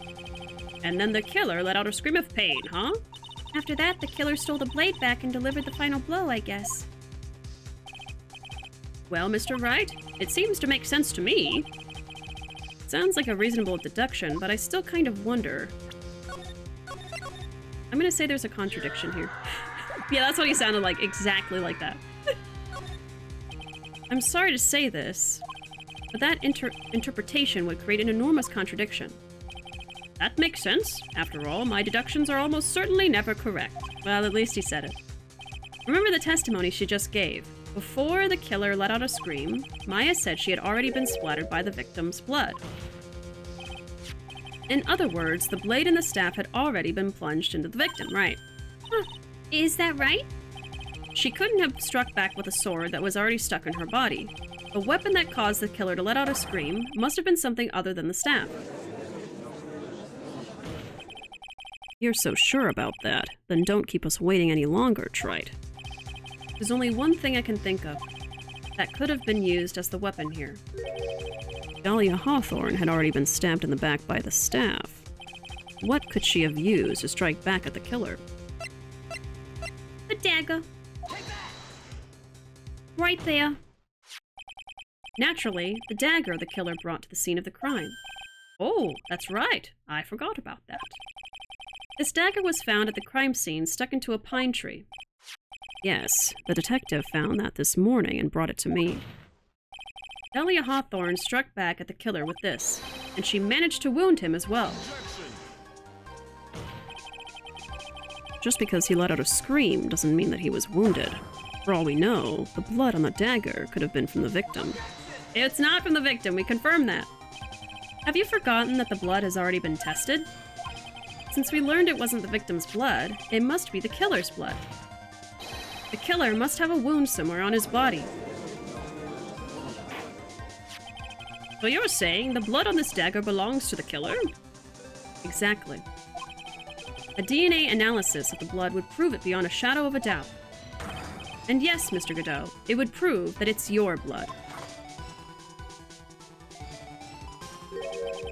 Nice theory, Trite.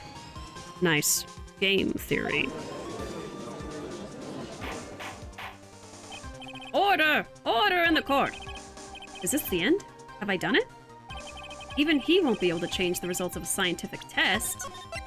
Or will he? It's like another 4 hours. Huh. Let me ask you something, Trite.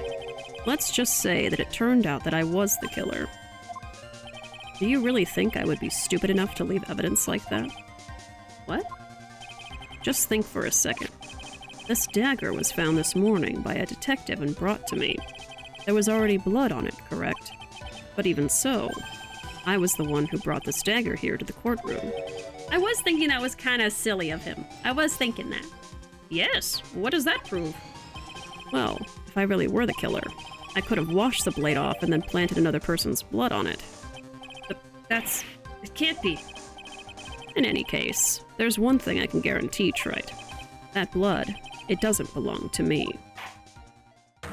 Not a chance. What? Godot is smart. In any event, it seems to be established that the killer was wounded.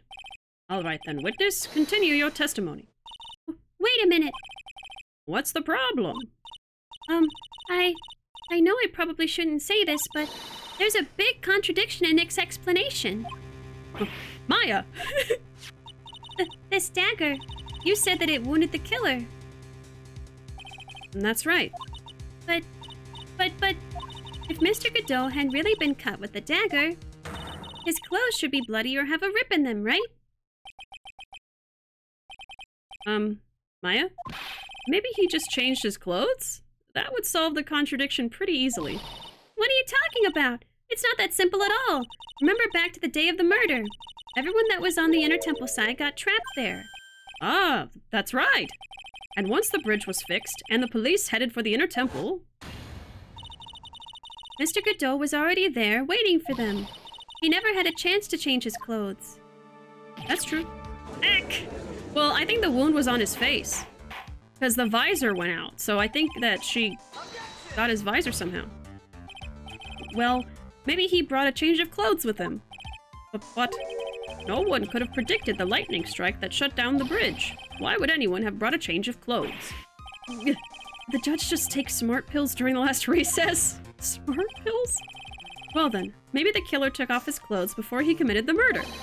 That way he wouldn't get any blood on them. That's impossible, Trite. You know how cold it gets up there late at night. After a few minutes with no clothes on, you'd be frozen solid. I know some people in this chat who would like to see this man with no clothes. At least one! Ah! A good old naked murder. Frozen pee-pee! Zoe, stop! Anna like, me. I volunteer! I volunteer! Violently called out chat. Y'all violently call me out all the time. I wouldn't be against it. So, that's all you've got. I knew you weren't tough enough to finish this. Irk. Right now, if Mia Fey were here... she would have closed the book on this case already. Mia Fey were here?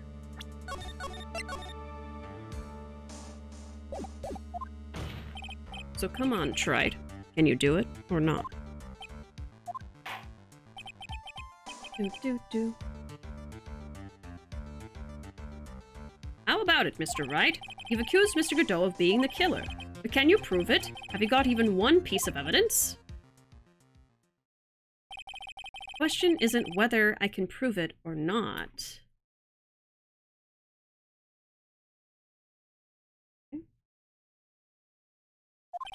fact is, I have to prove it. That's the only choice I have. Okay. I was taught that it's one of the rules of being a lawyer.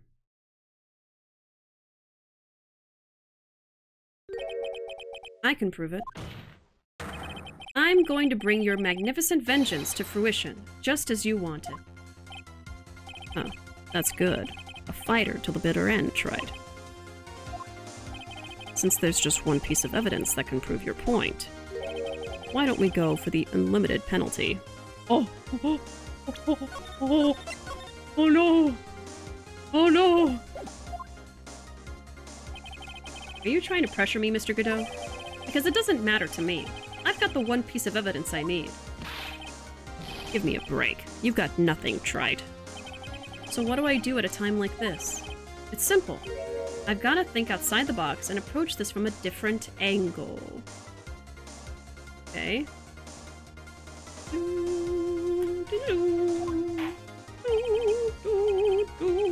night, Arkham. Thanks so much for being here. Appreciate it.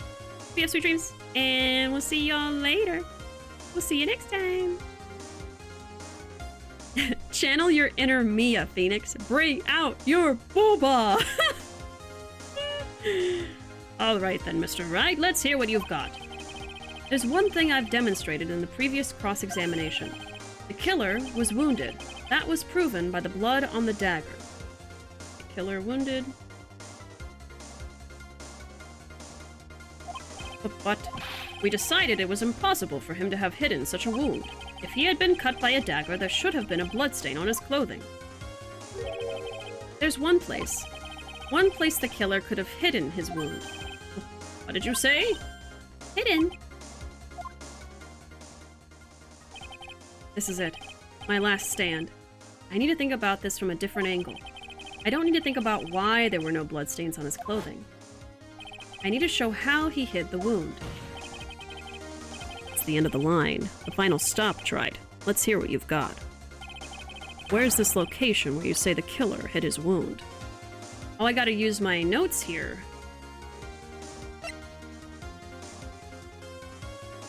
Huh. I was hoping I could point to Godot. Okay, well, it had to have been his face.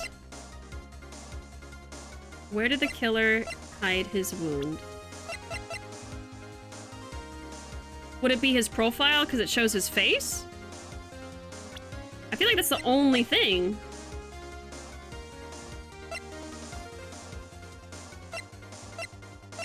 Nothing else has to do with Godot.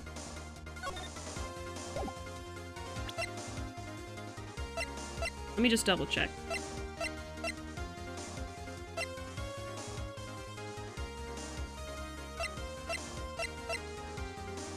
Think outside the box. Different angle. Different angle.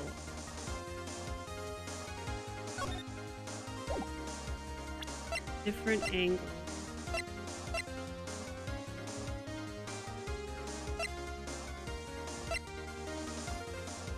I'm trying to see if it wants me to do something like really outlandish.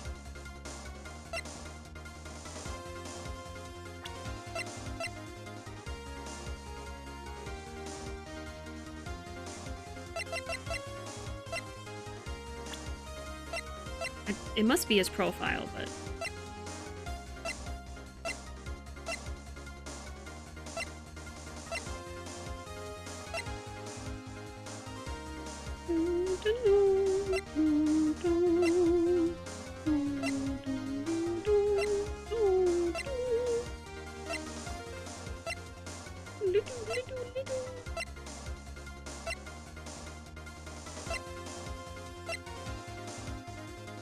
It could also be this one because it shows like the thing that he was not able to see, but I'm gonna try his profile. That was my first instinct. Huh. I don't know what you're talking about. And frankly, I don't need to know. What I do know is that you'll never be half the lawyer she was. Did I fail? Isn't that right, Trite? Oh, I saw Mia. I saw her. What was that just now? Mia? It can't be. You're living on through him? Even as we speak, you're still hiding the wound. Oh. Mia. Oh. It's beneath your mask! During the fight, the red lights given off by the killer suddenly disappeared. Seconds later, the killer let out a scream. That's right. Your mask went flying off your face. Mr. Godot, would you mind removing your mask? If you have a dagger wound under there somewhere, then I'd say this whole case is solved. Oh!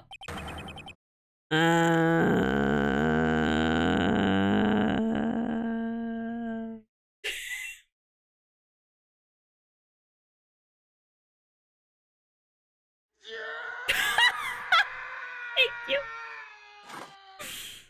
I thought it was gonna fly off his face. Just now, I saw her spirit in you.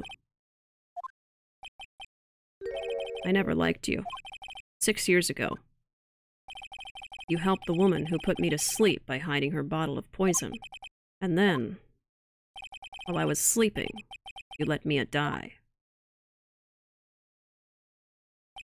But you didn't care. You just kept living your pathetic, happy-go-lucky life. You even had the nerve to follow in her footsteps as a lawyer. I could never forgive you. That's what I thought. Mr. Godot. But I was wrong about you. I knew it from the very beginning. The truth is, the only person I could never find it in my heart to forgive was me. I knew it. You, yourself? I was the one that failed to protect Mia. Me, and no one else.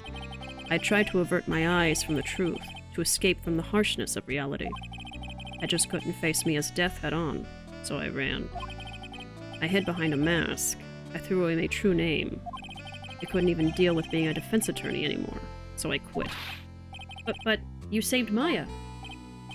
Yeah, that was my plan. Up until just now, anyway. What do you mean? Are you listening, Maya? If I had really wanted to save you, then there's one person that I should have gone and talked to right away. Who would that be? Are you talking about Nick? But I didn't do it. I tried to get the help of Iris and your mother. I closed my eyes to the most important man involved. Do you know why? The real reason? No. Why? I suppose I wasn't really interested in saving you at all. Huh? I think I was just trying to salvage what's left of my own broken soul. I was trying to make up for the fact that I couldn't save Mia, nothing more. That's why I let you walk right into a situation that I knew was dangerous. Forgive me. You see, so there was a better way to do this. He could have just said, hey, Phoenix, don't go to the mountain. No matter what. Bad things will happen. Here's what's gonna go on. And now Elisa's dead. Oh my god. Pain learn, but if you can't forgive yourself, how can you forgive anyone else? Dear God.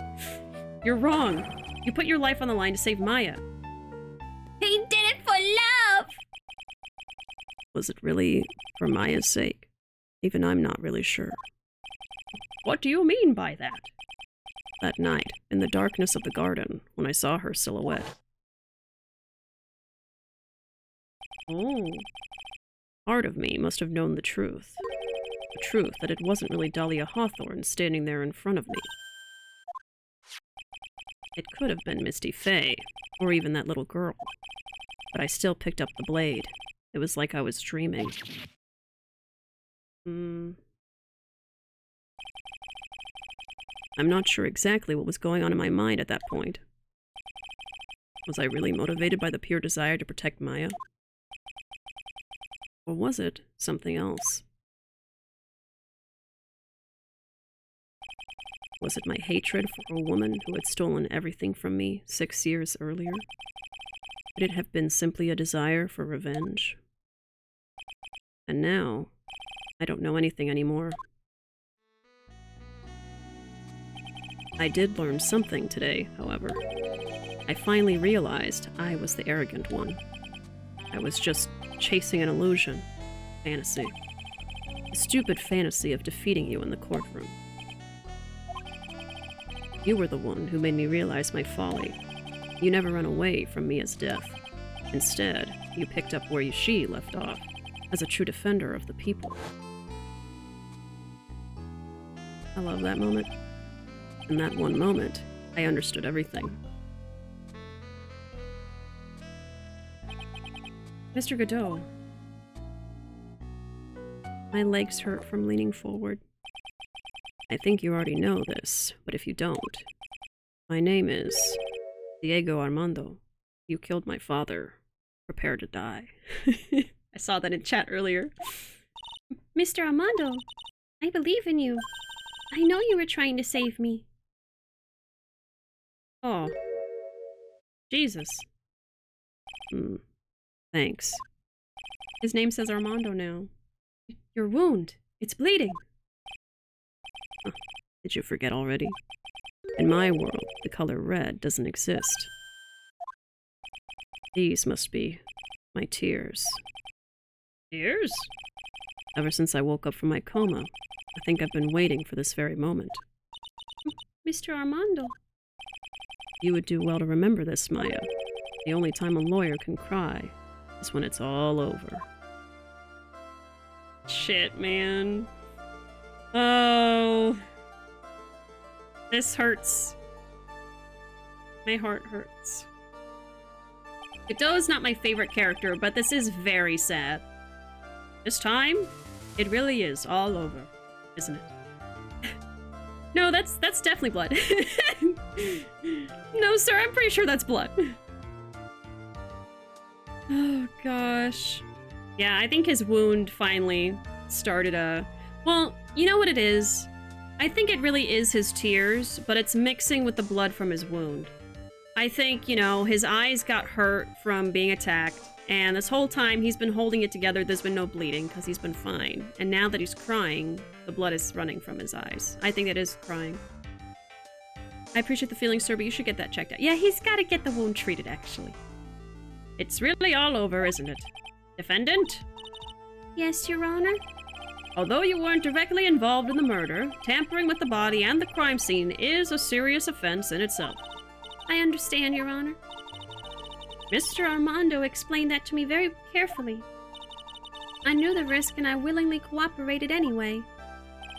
Very well. Before I hand down my verdict, is there anything you'd like to say? Well, there is one thing. I'd like to say something to Mr. Wright. I want to apologize to you. Apologize? To me? For what? For the case 5 years ago, of course.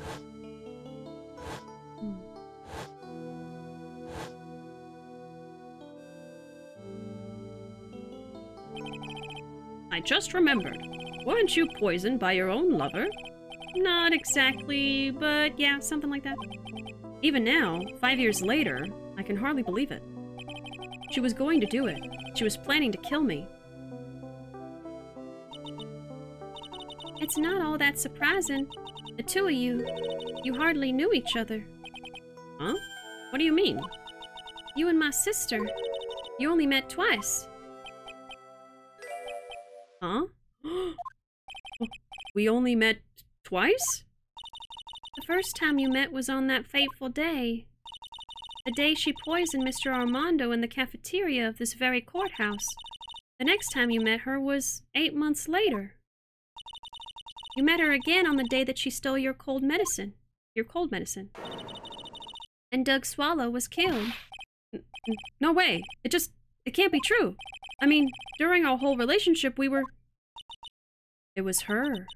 For those 8 months, the woman that you thought was Dahlia Hawthorne wasn't actually my sister. Huh? It wasn't Dahlia?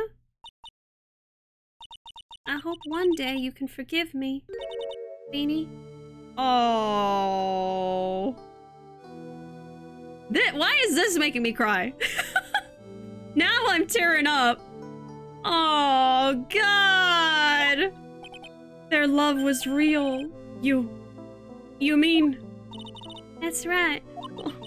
I lied to you for 8 months. Oh. But why? Why would you do such a thing? Ever since she gave you the bottle that day, my sister was trying to get it back as soon as she possibly could. Because of the police investigation and their surveillance, she couldn't move about freely. That's why you... My sister, from the beginning, she was prepared for the worst.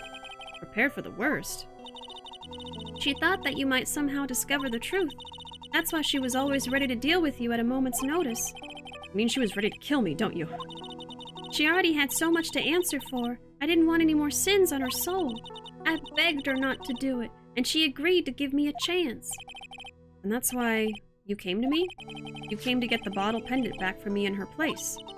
But I couldn't get you to give it back. I failed at something even as simple as that. 8 months passed, and I still couldn't get it back from you. God damn it, Phoenix! He just wouldn't let her have it. He wouldn't give it back. Finally, my sister couldn't wait any longer.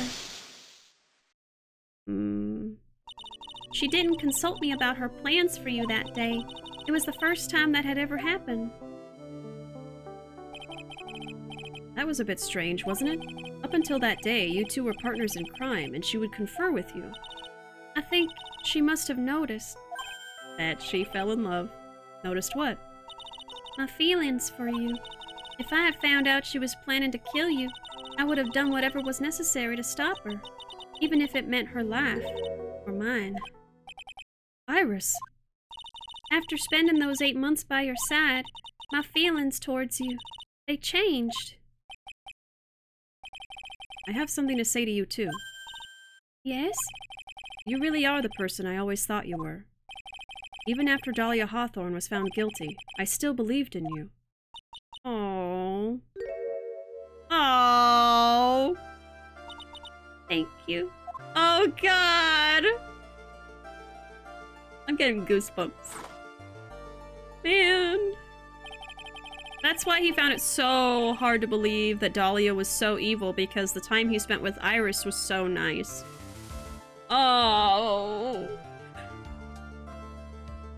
How many cups of darkness have I drank over the years? Even I don't know. I'll tell you, though.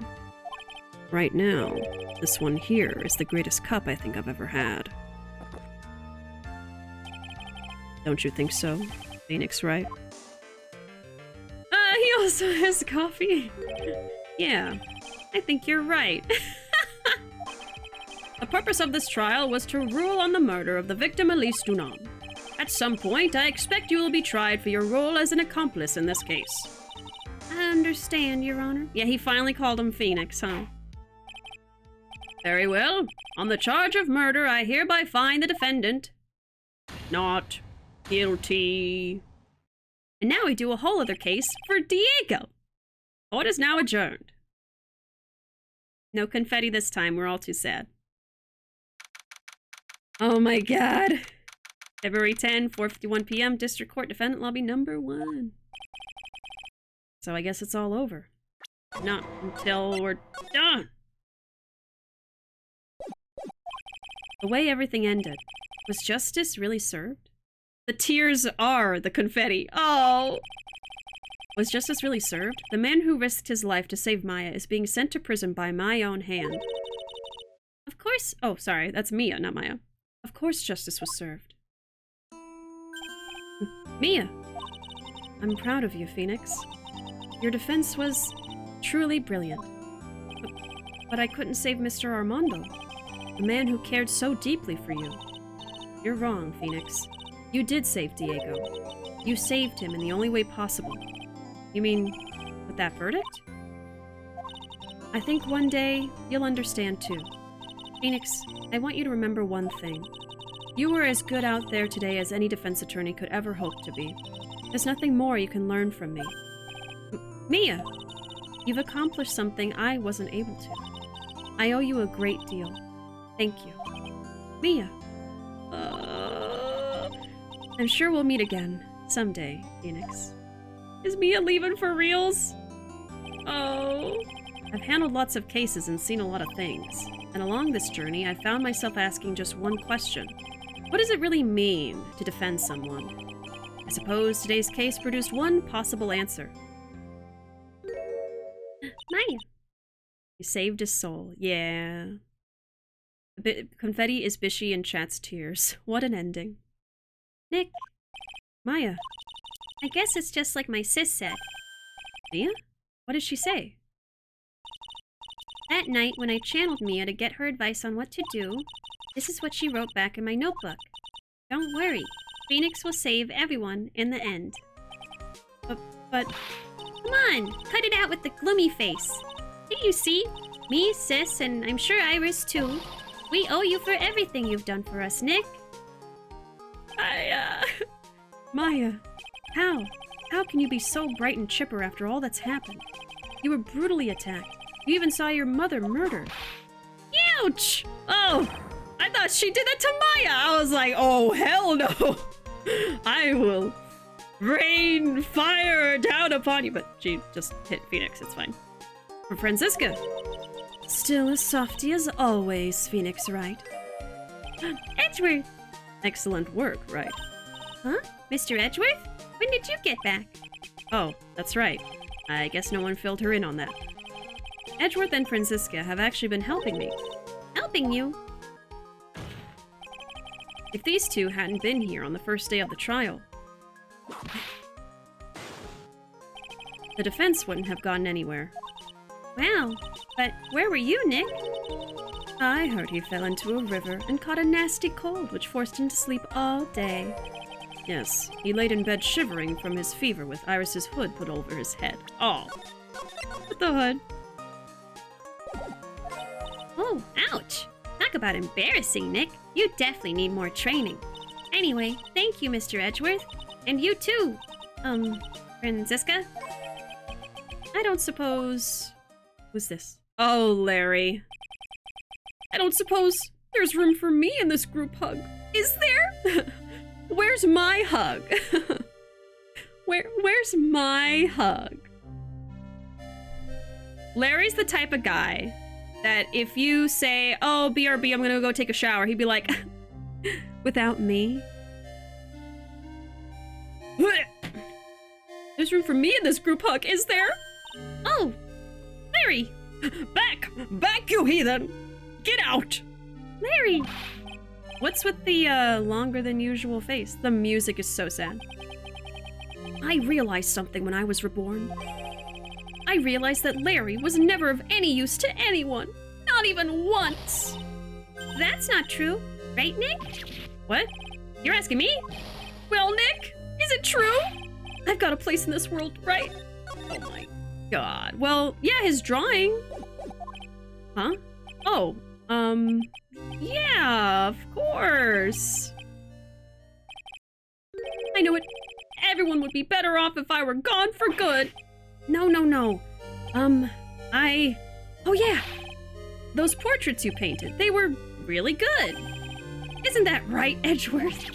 What? Me? Why are you making that face? Huh, Edgy? Oh, well, yes, indeed. I certainly can't say that they lack resemblance. Do you really mean it? What about you, Franzi? Did I draw you well, too? Wah! My beauty can't possibly be captured by a mere crayon. Nevertheless, I recognize the effort you put into it, and that's worth something. I like how Maya got Franziska to be nice. So then you'll do it? Like you promised? You're going to model for my next picture book, Franzi's Whippity— Ah! Don't get carried away. Yeah, Larry. Well, how about that? I guess painting portraits is the only thing I'm good at. The painting of Pearl was pretty darn good too, if you ask me. Huh? Now that you mention it, I haven't seen her around. Pearls. Where could she have gone? Normally, she would have made a beeline for Maya. Oh, I'll go look for her. Be right back. Hey, Pearly! Right. You seem to be uncharacteristically puzzled. I suspect you are wondering how Maya can be so cheerful despite all that has happened. Yeah. To be honest, I can't understand it either. Franziska, that's right. She lost her father fairly recently as well. I think I understand how she feels. Maya's a much wiser person than she appears, and I think she realizes something. Now is exactly the time when she needs to be as strong as she can. What do you mean by now is exactly the time? Maya wasn't the only one that was badly wounded by this incident. In fact, there was someone that was hurt far more deeply than she. I believe it's for that person that Maya is trying her best not to cry. Someone who was hurt more deeply than Maya.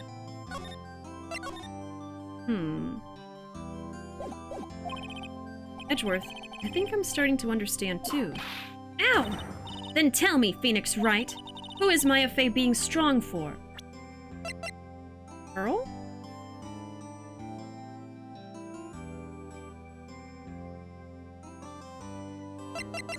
Yeah, it has to be Pearl. Pearl Fey. Yeah. Poor kid. After all, the reason that she worked so hard to follow the instructions was because she loved and believed in her mother, Morgan. Larry. No. It's not Larry. I couldn't even hold it together. When I glanced over at chat and saw Larry's name as a suggestion, I just... Be strong for Larry. Totally should have been Larry. Oh my god. It's for the good of the Fae clan. I'm sure she believed in every last word. She thought she was doing it for Maya. That's why she was so happy. It shows how truly devoted she is to Maya. But it's a cruel irony that it was her exuberance that led to this tragedy. Maya Fey's mother was killed, and Maya herself was put into the deepest peril imaginable. And that's exactly why Maya is putting on a brave face. She's doing it for Pearl's sake, until she can see her smile again. It's Gumshoe! Oh hey! So this is where you all were. Wow, looks like we've got quite the bunch here today. Ouch! What was that for, sir? Sorry about that, Scruffy. My whip just seems to have a mind of its own. What's up, Detective Gumshoe? Oh, you know, this and that. Anyway, congrats on your win. Let's go out tonight, pal. Dinner's on me. My salary's just sorta kinda gone down by a teeny weeny bit, but it's alright. I made reservations at a first-class French restaurant tonight. Yeah! Pretty good work, Scruffy. That whip was your reward. Detective Gumshoe? You said a first-class French restaurant. You don't mean... Très bien! Where else? Ooh! They're gonna get food poisoning. They're gonna get food poisoning. I knew it. We're doomed. Come on, let's go, everyone. Can't keep Maggie waiting, pal. Of course he wants to go there for Maggie. Hey, you! Crybaby, you're invited too. Oh, forget about me. Pearl and I will be at the loser's shack eating potatoes. You know, Maya is taking an awfully long time to get back. She's still out looking for pearls. Oh no. Oh, Maya, what's wrong? Nick, what do I do? Really, I can't find her anywhere. Wasn't she literally just here when Mia was being channeled by her? Like, what? Where did she go? Huh? I'll bet she just went back home. That's all. I thought so too, so I called the village, but no one has heard from her. This has never happened before. As I figured, she has been badly hurt by this incident. She feels responsible for the tragedy that has befallen you, Maya. But none of this was her fault. What should I do? Oh god. Detective Gumshoe. Yeah, what is it, pal? Could you guys go on ahead? But what about you? Maya and I will... We'll join you guys once we find pearls. Nick! Don't worry about us, Detective Gumshoe. We may be a little late, but we'll definitely be there. We have a lot of celebrating to do tonight, and I wouldn't miss it for the world. Yeah, but you're the... Ah! Very well, Phoenix Wright. We'll go on ahead. Don't keep us waiting, right? We won't. But where should we look? Where could Pearlie have gone? Let's go, Maya. There's only one place I can think of that pearls might have gone to. Oh, I hope you don't expect me to know that.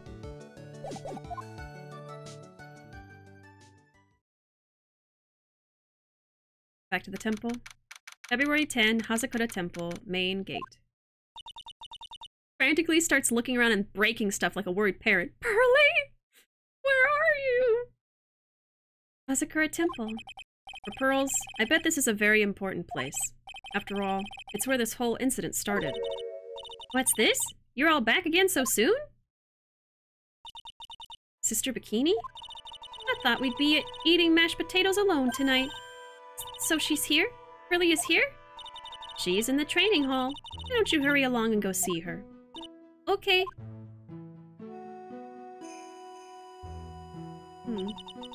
Pearly's not here. They cleaned the gravy off. I didn't think they'd be able to clean that. Ah, Maya, the hanging scroll. Ah, Oh, did Pearls clean it? someone cleaned it off. It's gotta be Pearls. Oh.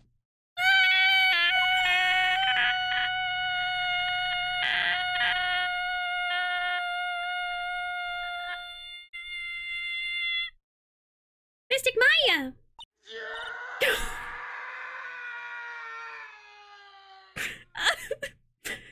Pearly! Why did you just leave like that? Mystic Maya! Mystic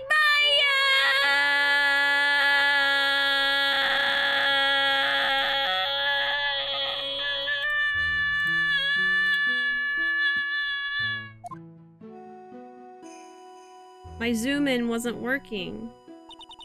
I was trying to zoom in that whole time. Was someone deflating a balloon? Yes. I swore that I would never trouble the two of you ever again. Because it's all my fault that Mystic Maya's mother. That's why you came here? It's the least I could do. To pray for your happiness. You don't have to do that, Pearly. It wasn't your fault. You didn't do anything wrong. Of course I'm sad that my mother is gone, but how do I say this? I'm still happy. You don't have to lie just to make me feel better. No, really. It's true. The only reason I'm still here at all is thanks to everyone who was there for me. My sis, my mother, Mr. Armando, Nick, and you. If even one of you weren't there, I'm sure I wouldn't still be alive right now. That's why I have to be strong. For all the people that were there for me when I needed them. That's all I can really do. Mystic Maya. I'm impressed. You truly are the daughter of Mystic Misty. Sister Bikini, your mother, Mystic Misty, is a strong woman indeed. I want to tell you what she said to me that night. After dishonoring the good name of Kuraim, I don't have the right to face my daughter. But still, Maya is always in my thoughts. It's true. She'll always be with me until the day I die. Your spirit was with her. That's why your mother was so strong. Even at the end, I'm sure she had no regrets. She'll always be with me until the day I die, huh? There's a rule or something all masters are to follow, isn't there?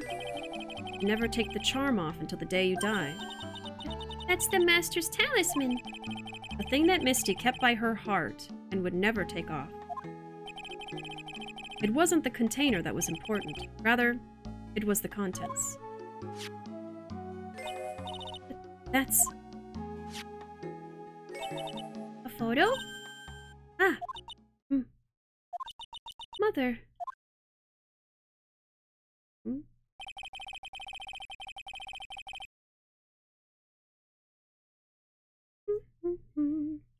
It's only natural for living creatures to fight to protect their own lives.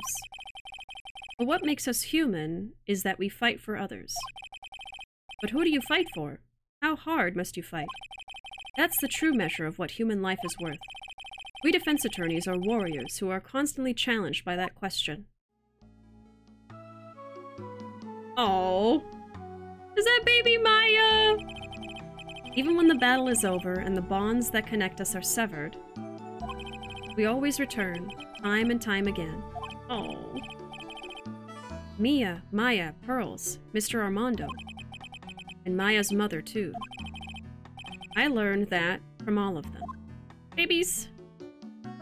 Oh. Well, shall we get going? Everyone's waiting. Huh. This is a day to remember. A day when a lot of things were finally put to rest. I think we should celebrate what we've overcome today. But I still can't. Oh, go on, sweetie. You can come back for training anytime. Okay. Alright, I'm going to make a brand new start too. Sister Bikini, I'll be back for more training, I promise. I know, and I won't go easy on you just because you're the future master. I'll make sure to prepare reservations for 3 for when you come back. Wah-ha-ha-ha! Ho-ho-ho! Hee-hee-hee! Alright, we're going to have a great feast today, Pearly. You know why? Because training is a battle of endurance. Okay, Mystic Maya. I'll eat lots and lots of food tonight. You know, there's one thing I don't get, and probably don't want to, but What is it, Nick? reservations for training is fine and all, but why for 3? Come on, what do you think? You're one of us, Nick. Next time you can train right alongside us. Huh? I'll be waiting for you. Sister Bikini will take a special care of you. Huh? Huh? It'll be great, Nick. We're going to do the special course, naturally. Huh? Huh? Huh? That's a great idea. After all, Mr. Nick, you would do anything for Mystic Maya, wouldn't you? Even walk on hot coals, right? We'll have a nice big meal before we come next time, right, Nick? You know, I was wondering if I can say just one little thing. Sure, of course you can. Oh, I love this part. I can't wait to hear it. I'm getting goosebumps too. Well then, here goes nothing. Objection! Objection. Oh. It's over. It's done. I'll really have to work extra hard now. Master of Kodain and the office manager of Wright & Co. law offices. And I have to be a good big sister to Pearly and Nick too. Well, as long as I'm not locked up or captured or something like that. Which happened so much. So much in just 3 games. My goodness. Okay, so there's more dialogue. I gotta pay attention. We should get an objection. Now that, it's done. It's true, Mr. Nick really is Mystic Maya's knight in shining armor. He went through the special course all the way to the end. Actually, I heard there's a legendary extra special ultra course here too. I think I'll surprise the 2 of them by making them a secret reservation. We didn't get a demon voice for the road? One last demon voice? I'll make the reservation without them ever knowing. Maggie bought me a brand new coat as a present, pal. I feel 10 years younger. I'll never take it off. Oh yeah, his coat is tan now. Yes, but somehow you just don't seem the same. I guess a dirty, shabby old overcoat is just more detective-like, sir. Don't worry about it. In the name of love, a man will soil himself silly. Not the words I would choose.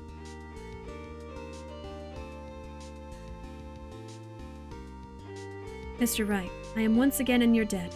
Thanks to you, the Treasures of Kodain exhibit was a great success. I even got to see Miss Von Karma, who I hadn't seen for almost a year. She taught me how to use a whip and said that I must show you what I've learned. Did my controller just die? Now we're stuck in this forever. Hey, hold on.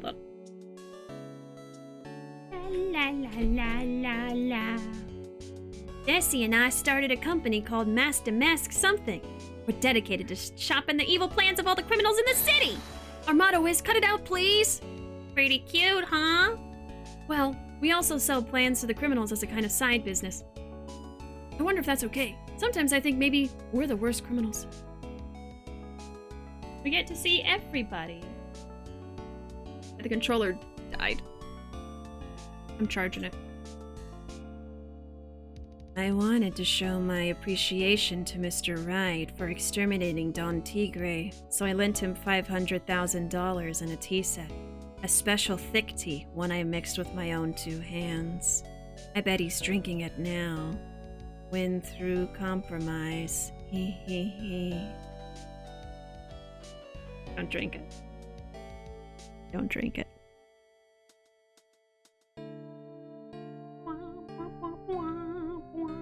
I'm I'm just old and in the way. A wrinkly, grumpy, clown-nosed waste of flesh. At least that's what I thought. But my grandkids had a birthday party for me the other day. Talk about embarrassing. 69 years old and I cried like a baby with a dirty diaper.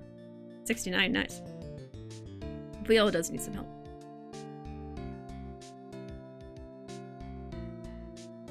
Oh yes, Robot Lady. As usual, we have an abundance of work to do. We've hired a new programmer to replace Glenn Elg. I do hope everyone will get along. His name is Adam Mata. As soon as I heard his name, I knew our brain circuits would align perfectly. Adam Mata? Adamata. Adamata. Adamata. I don't know what the pun. Automata. Oh my god. My, more reporters? Since the murder, we've made so much money, I hardly know what to do. I think the magazines like us because I provide such a nice visual, especially in spring. I can hardly wait for Iris to come back. Wah ha ha ho ho ho. Automata.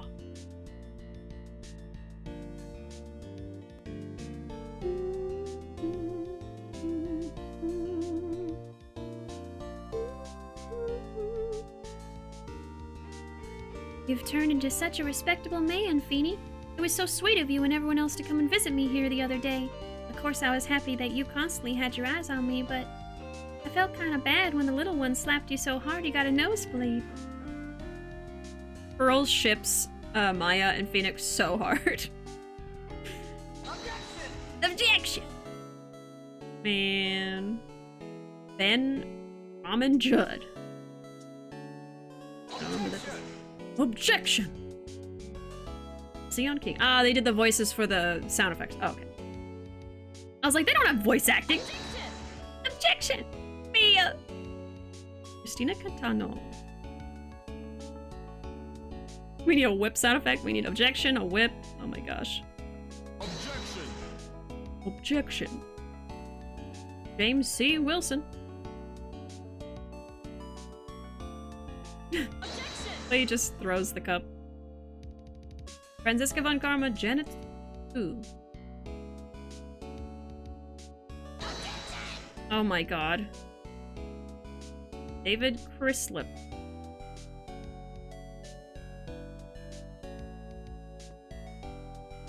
Yes, the C stands for coffee. What's this? I'm back from a long and tiring vacation and no one is here to greet me? I guess while I was gone, my little whippersnapper buddy quit and now I've got no one. And what kind of lonely, crazy security room is this supposed to be anyway? But with all the flashing lights and switches, I feel like some sort of space alien. And now, what am I going to do with all these macadamia nuts I brought back for everyone? If I bring them over to Edgy Boy, I know exactly what he would do. I really can't accept these. I'm afraid of something just as painful to his fragile heart. Oh, when will I ever find a gentleman who will treat me like a young lady?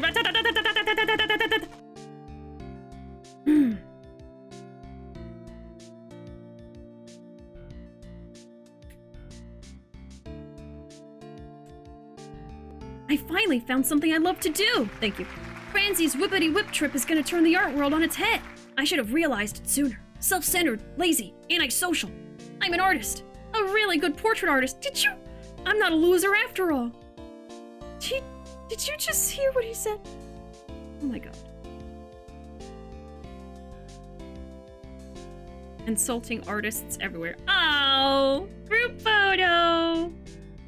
This is so cute. Did Larry draw it? Because it's in a notebook. Larry is an artist. Oh. Mia! Mia!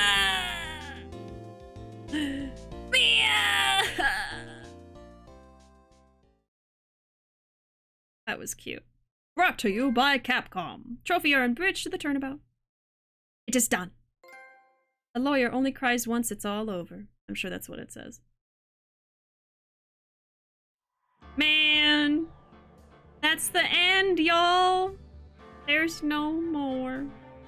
At least not in this game. Oh my gosh. Yes. We went for 5 hours today, my goodness. Definitely wouldn't have finished it yesterday. I'm so glad I didn't keep going. That was a lot. So much. My goodness. I did it. So Apollo Justice or Great Ace Attorney? I'm gonna go for what I already have, which is Great Ace Attorney. And also easier to stream. I'm really holding out hope for some ports for Apollo Justice. maybe localizations of other games, or, you know, ports. I'm just really, really hoping they bring more stuff to console because that's going to be easiest for me to stream. If I get desperate enough, I'll think about trying to stream them from other places, but we'll cross that bridge once I finish Great Ace Attorney. Port the games! Port the games! Yes, please, Capcom. Please. I am begging you. There's also supposed to be a new... Here, I'll do it. There's supposed to be a new Ace Attorney game. Was that a rumor, though? I can't keep track of things anymore, but people are saying there's going to be a new Ace Attorney game installment. So whenever that comes out, I will definitely be playing that as well. Any future Ace Attorney stuff, you can count on that. Any future Yakuza, any future Ace Attorney. Yeah, for sure. As long as it's like a mainline story and not like, this is a RPG now. You know what I mean? Like if they change it, maybe not, but if it's this format, yes. Anything Ace Attorney, I'm begging. This has been a dope-ass playthrough. Thank you. Yeah, I'm glad to finally be done. I am sad, too, that it's over. I'm gonna miss voice acting Phoenix and Edgeworth and all our friends, Maya and Pearly, Gumshoe. It's very fun. I'm not a voice actor. I don't aspire to be one, but it's always fun trying to do different voices and having fun with it, so yeah. I will be picking up Great Ace Attorney in the next few weeks. I want to finish up Pokemon Arceus and Scarlet first, so we might not get Great Ace Attorney until Ishin comes out. I'm planning on playing Great Ace Attorney and Ishin at the same time, maybe 2 days a week each, and other games will be those extra streams I've been thinking about doing on maybe Saturdays and Mondays, maybe one or the other, I don't know. I'm still figuring it out, but anyway, I will be back tomorrow playing nothing. I will be drawing, not playing. I'll be drawing with Ruuuvo. Ruuuvo will be guest starring here on the channel. We're gonna be drawing requests in chat for doodles to draw from memory. So if you want us to draw something from your favorite characters, I'm not even acknowledging the poot anymore. If you want us to draw your favorite characters from memory and stuff like that, tune in tomorrow at 8:30 p.m. Central Time. Your legs need a break from leaning forward to voice. They really do. It's like, I'm like holding myself up, but like not all the way. So it's like very awkward. So I won't miss voicing Godot, because that was a lot of work. But anyway, I know something I wanted y'all to draw tomorrow. Oh God, yeah. Write down your ideas. Get them ready. Oh, posture check. Yes, thank you. Get them ready for tomorrow's art stream. Had to step away. Did we finish? We did, Flame! Stepped away for hours. I'm done. Stop! You violated the law. Stop! You violated the law. What law did I violate? But yeah, it's done. But the VOD will be there. It's VOD time for me. Yeah, it's okay. No worries. You came in right after the credits. Stepped away. How far? Across the planet. What did you think of the ending? I thought it was very nice. I was struggling to understand why Godot was the killer, but as things started being revealed, it just became really sad. So definitely like a sad ending, but, or I guess a lot of sad stories, but the ending itself was sweet. I thought it was great they ended with an objection. We gotta have an objection sound effect now. I'm gonna have to do that, so let me write that down. I need an objection. I already had it written down, but the objection, and then a whip sound effect. Yeah, bittersweet for sure, but I'm glad I'm finally done with the trilogy. It took a while. Took a while, didn't it? But it's done now. And all of the trilogy will be up on YouTube shortly. I actually have everything before today already on the channel scheduled, so it's going to be uploaded to YouTube as well. If you want to watch any of the previous Ace Attorney games on YouTube, they're there already. And this stream will be up on the channel as well in the next few weeks here. They're going to be uploading twice a week until they're done. And also starting to upload Yakuza 5 finally, so that's going to be up on the channel. I think this Saturday is the first one. But yeah, I've been very busy. When I'm not streaming, I'm still very busy editing videos for hours. Can't wait for DGS. Yes, I said it earlier, but I'm probably going to be starting that around the time Ishin comes out. maybe the real objection was the friends. Overruled. Now for the Edgeworth games. Oh, I would love to do that. I really hope in my heart, just like I hoped in my heart for Ishin, which happened eventually. I hope in my heart Capcom ports some of these other games so I can play them on console. That'd be amazing. Amazing! Or localizes stuff. Yeah, that'd be great. But anyway, let's go ahead and switch over here. Because we're done. We are done with the Great Ace Attorney. Not Great Ace Attorney, I'm sorry. I'm so tired. We are done with Phoenix Wright Ace Attorney Trilogy. Either way, thank you all very much for being here tonight. There is my social media. I'm most active on Twitter, Tumblr, and YouTube. We also have a Discord open to anybody if you'd like to join and be more part of our community. We're going to do a fun, silly karaoke night this Saturday at 7 p.m. Central Time. If you want to hang out for that, tune in and sing along to some silly songs with us. We can do that too. But, yep, I will see y'all later. Good night. Goodbye. See you next time.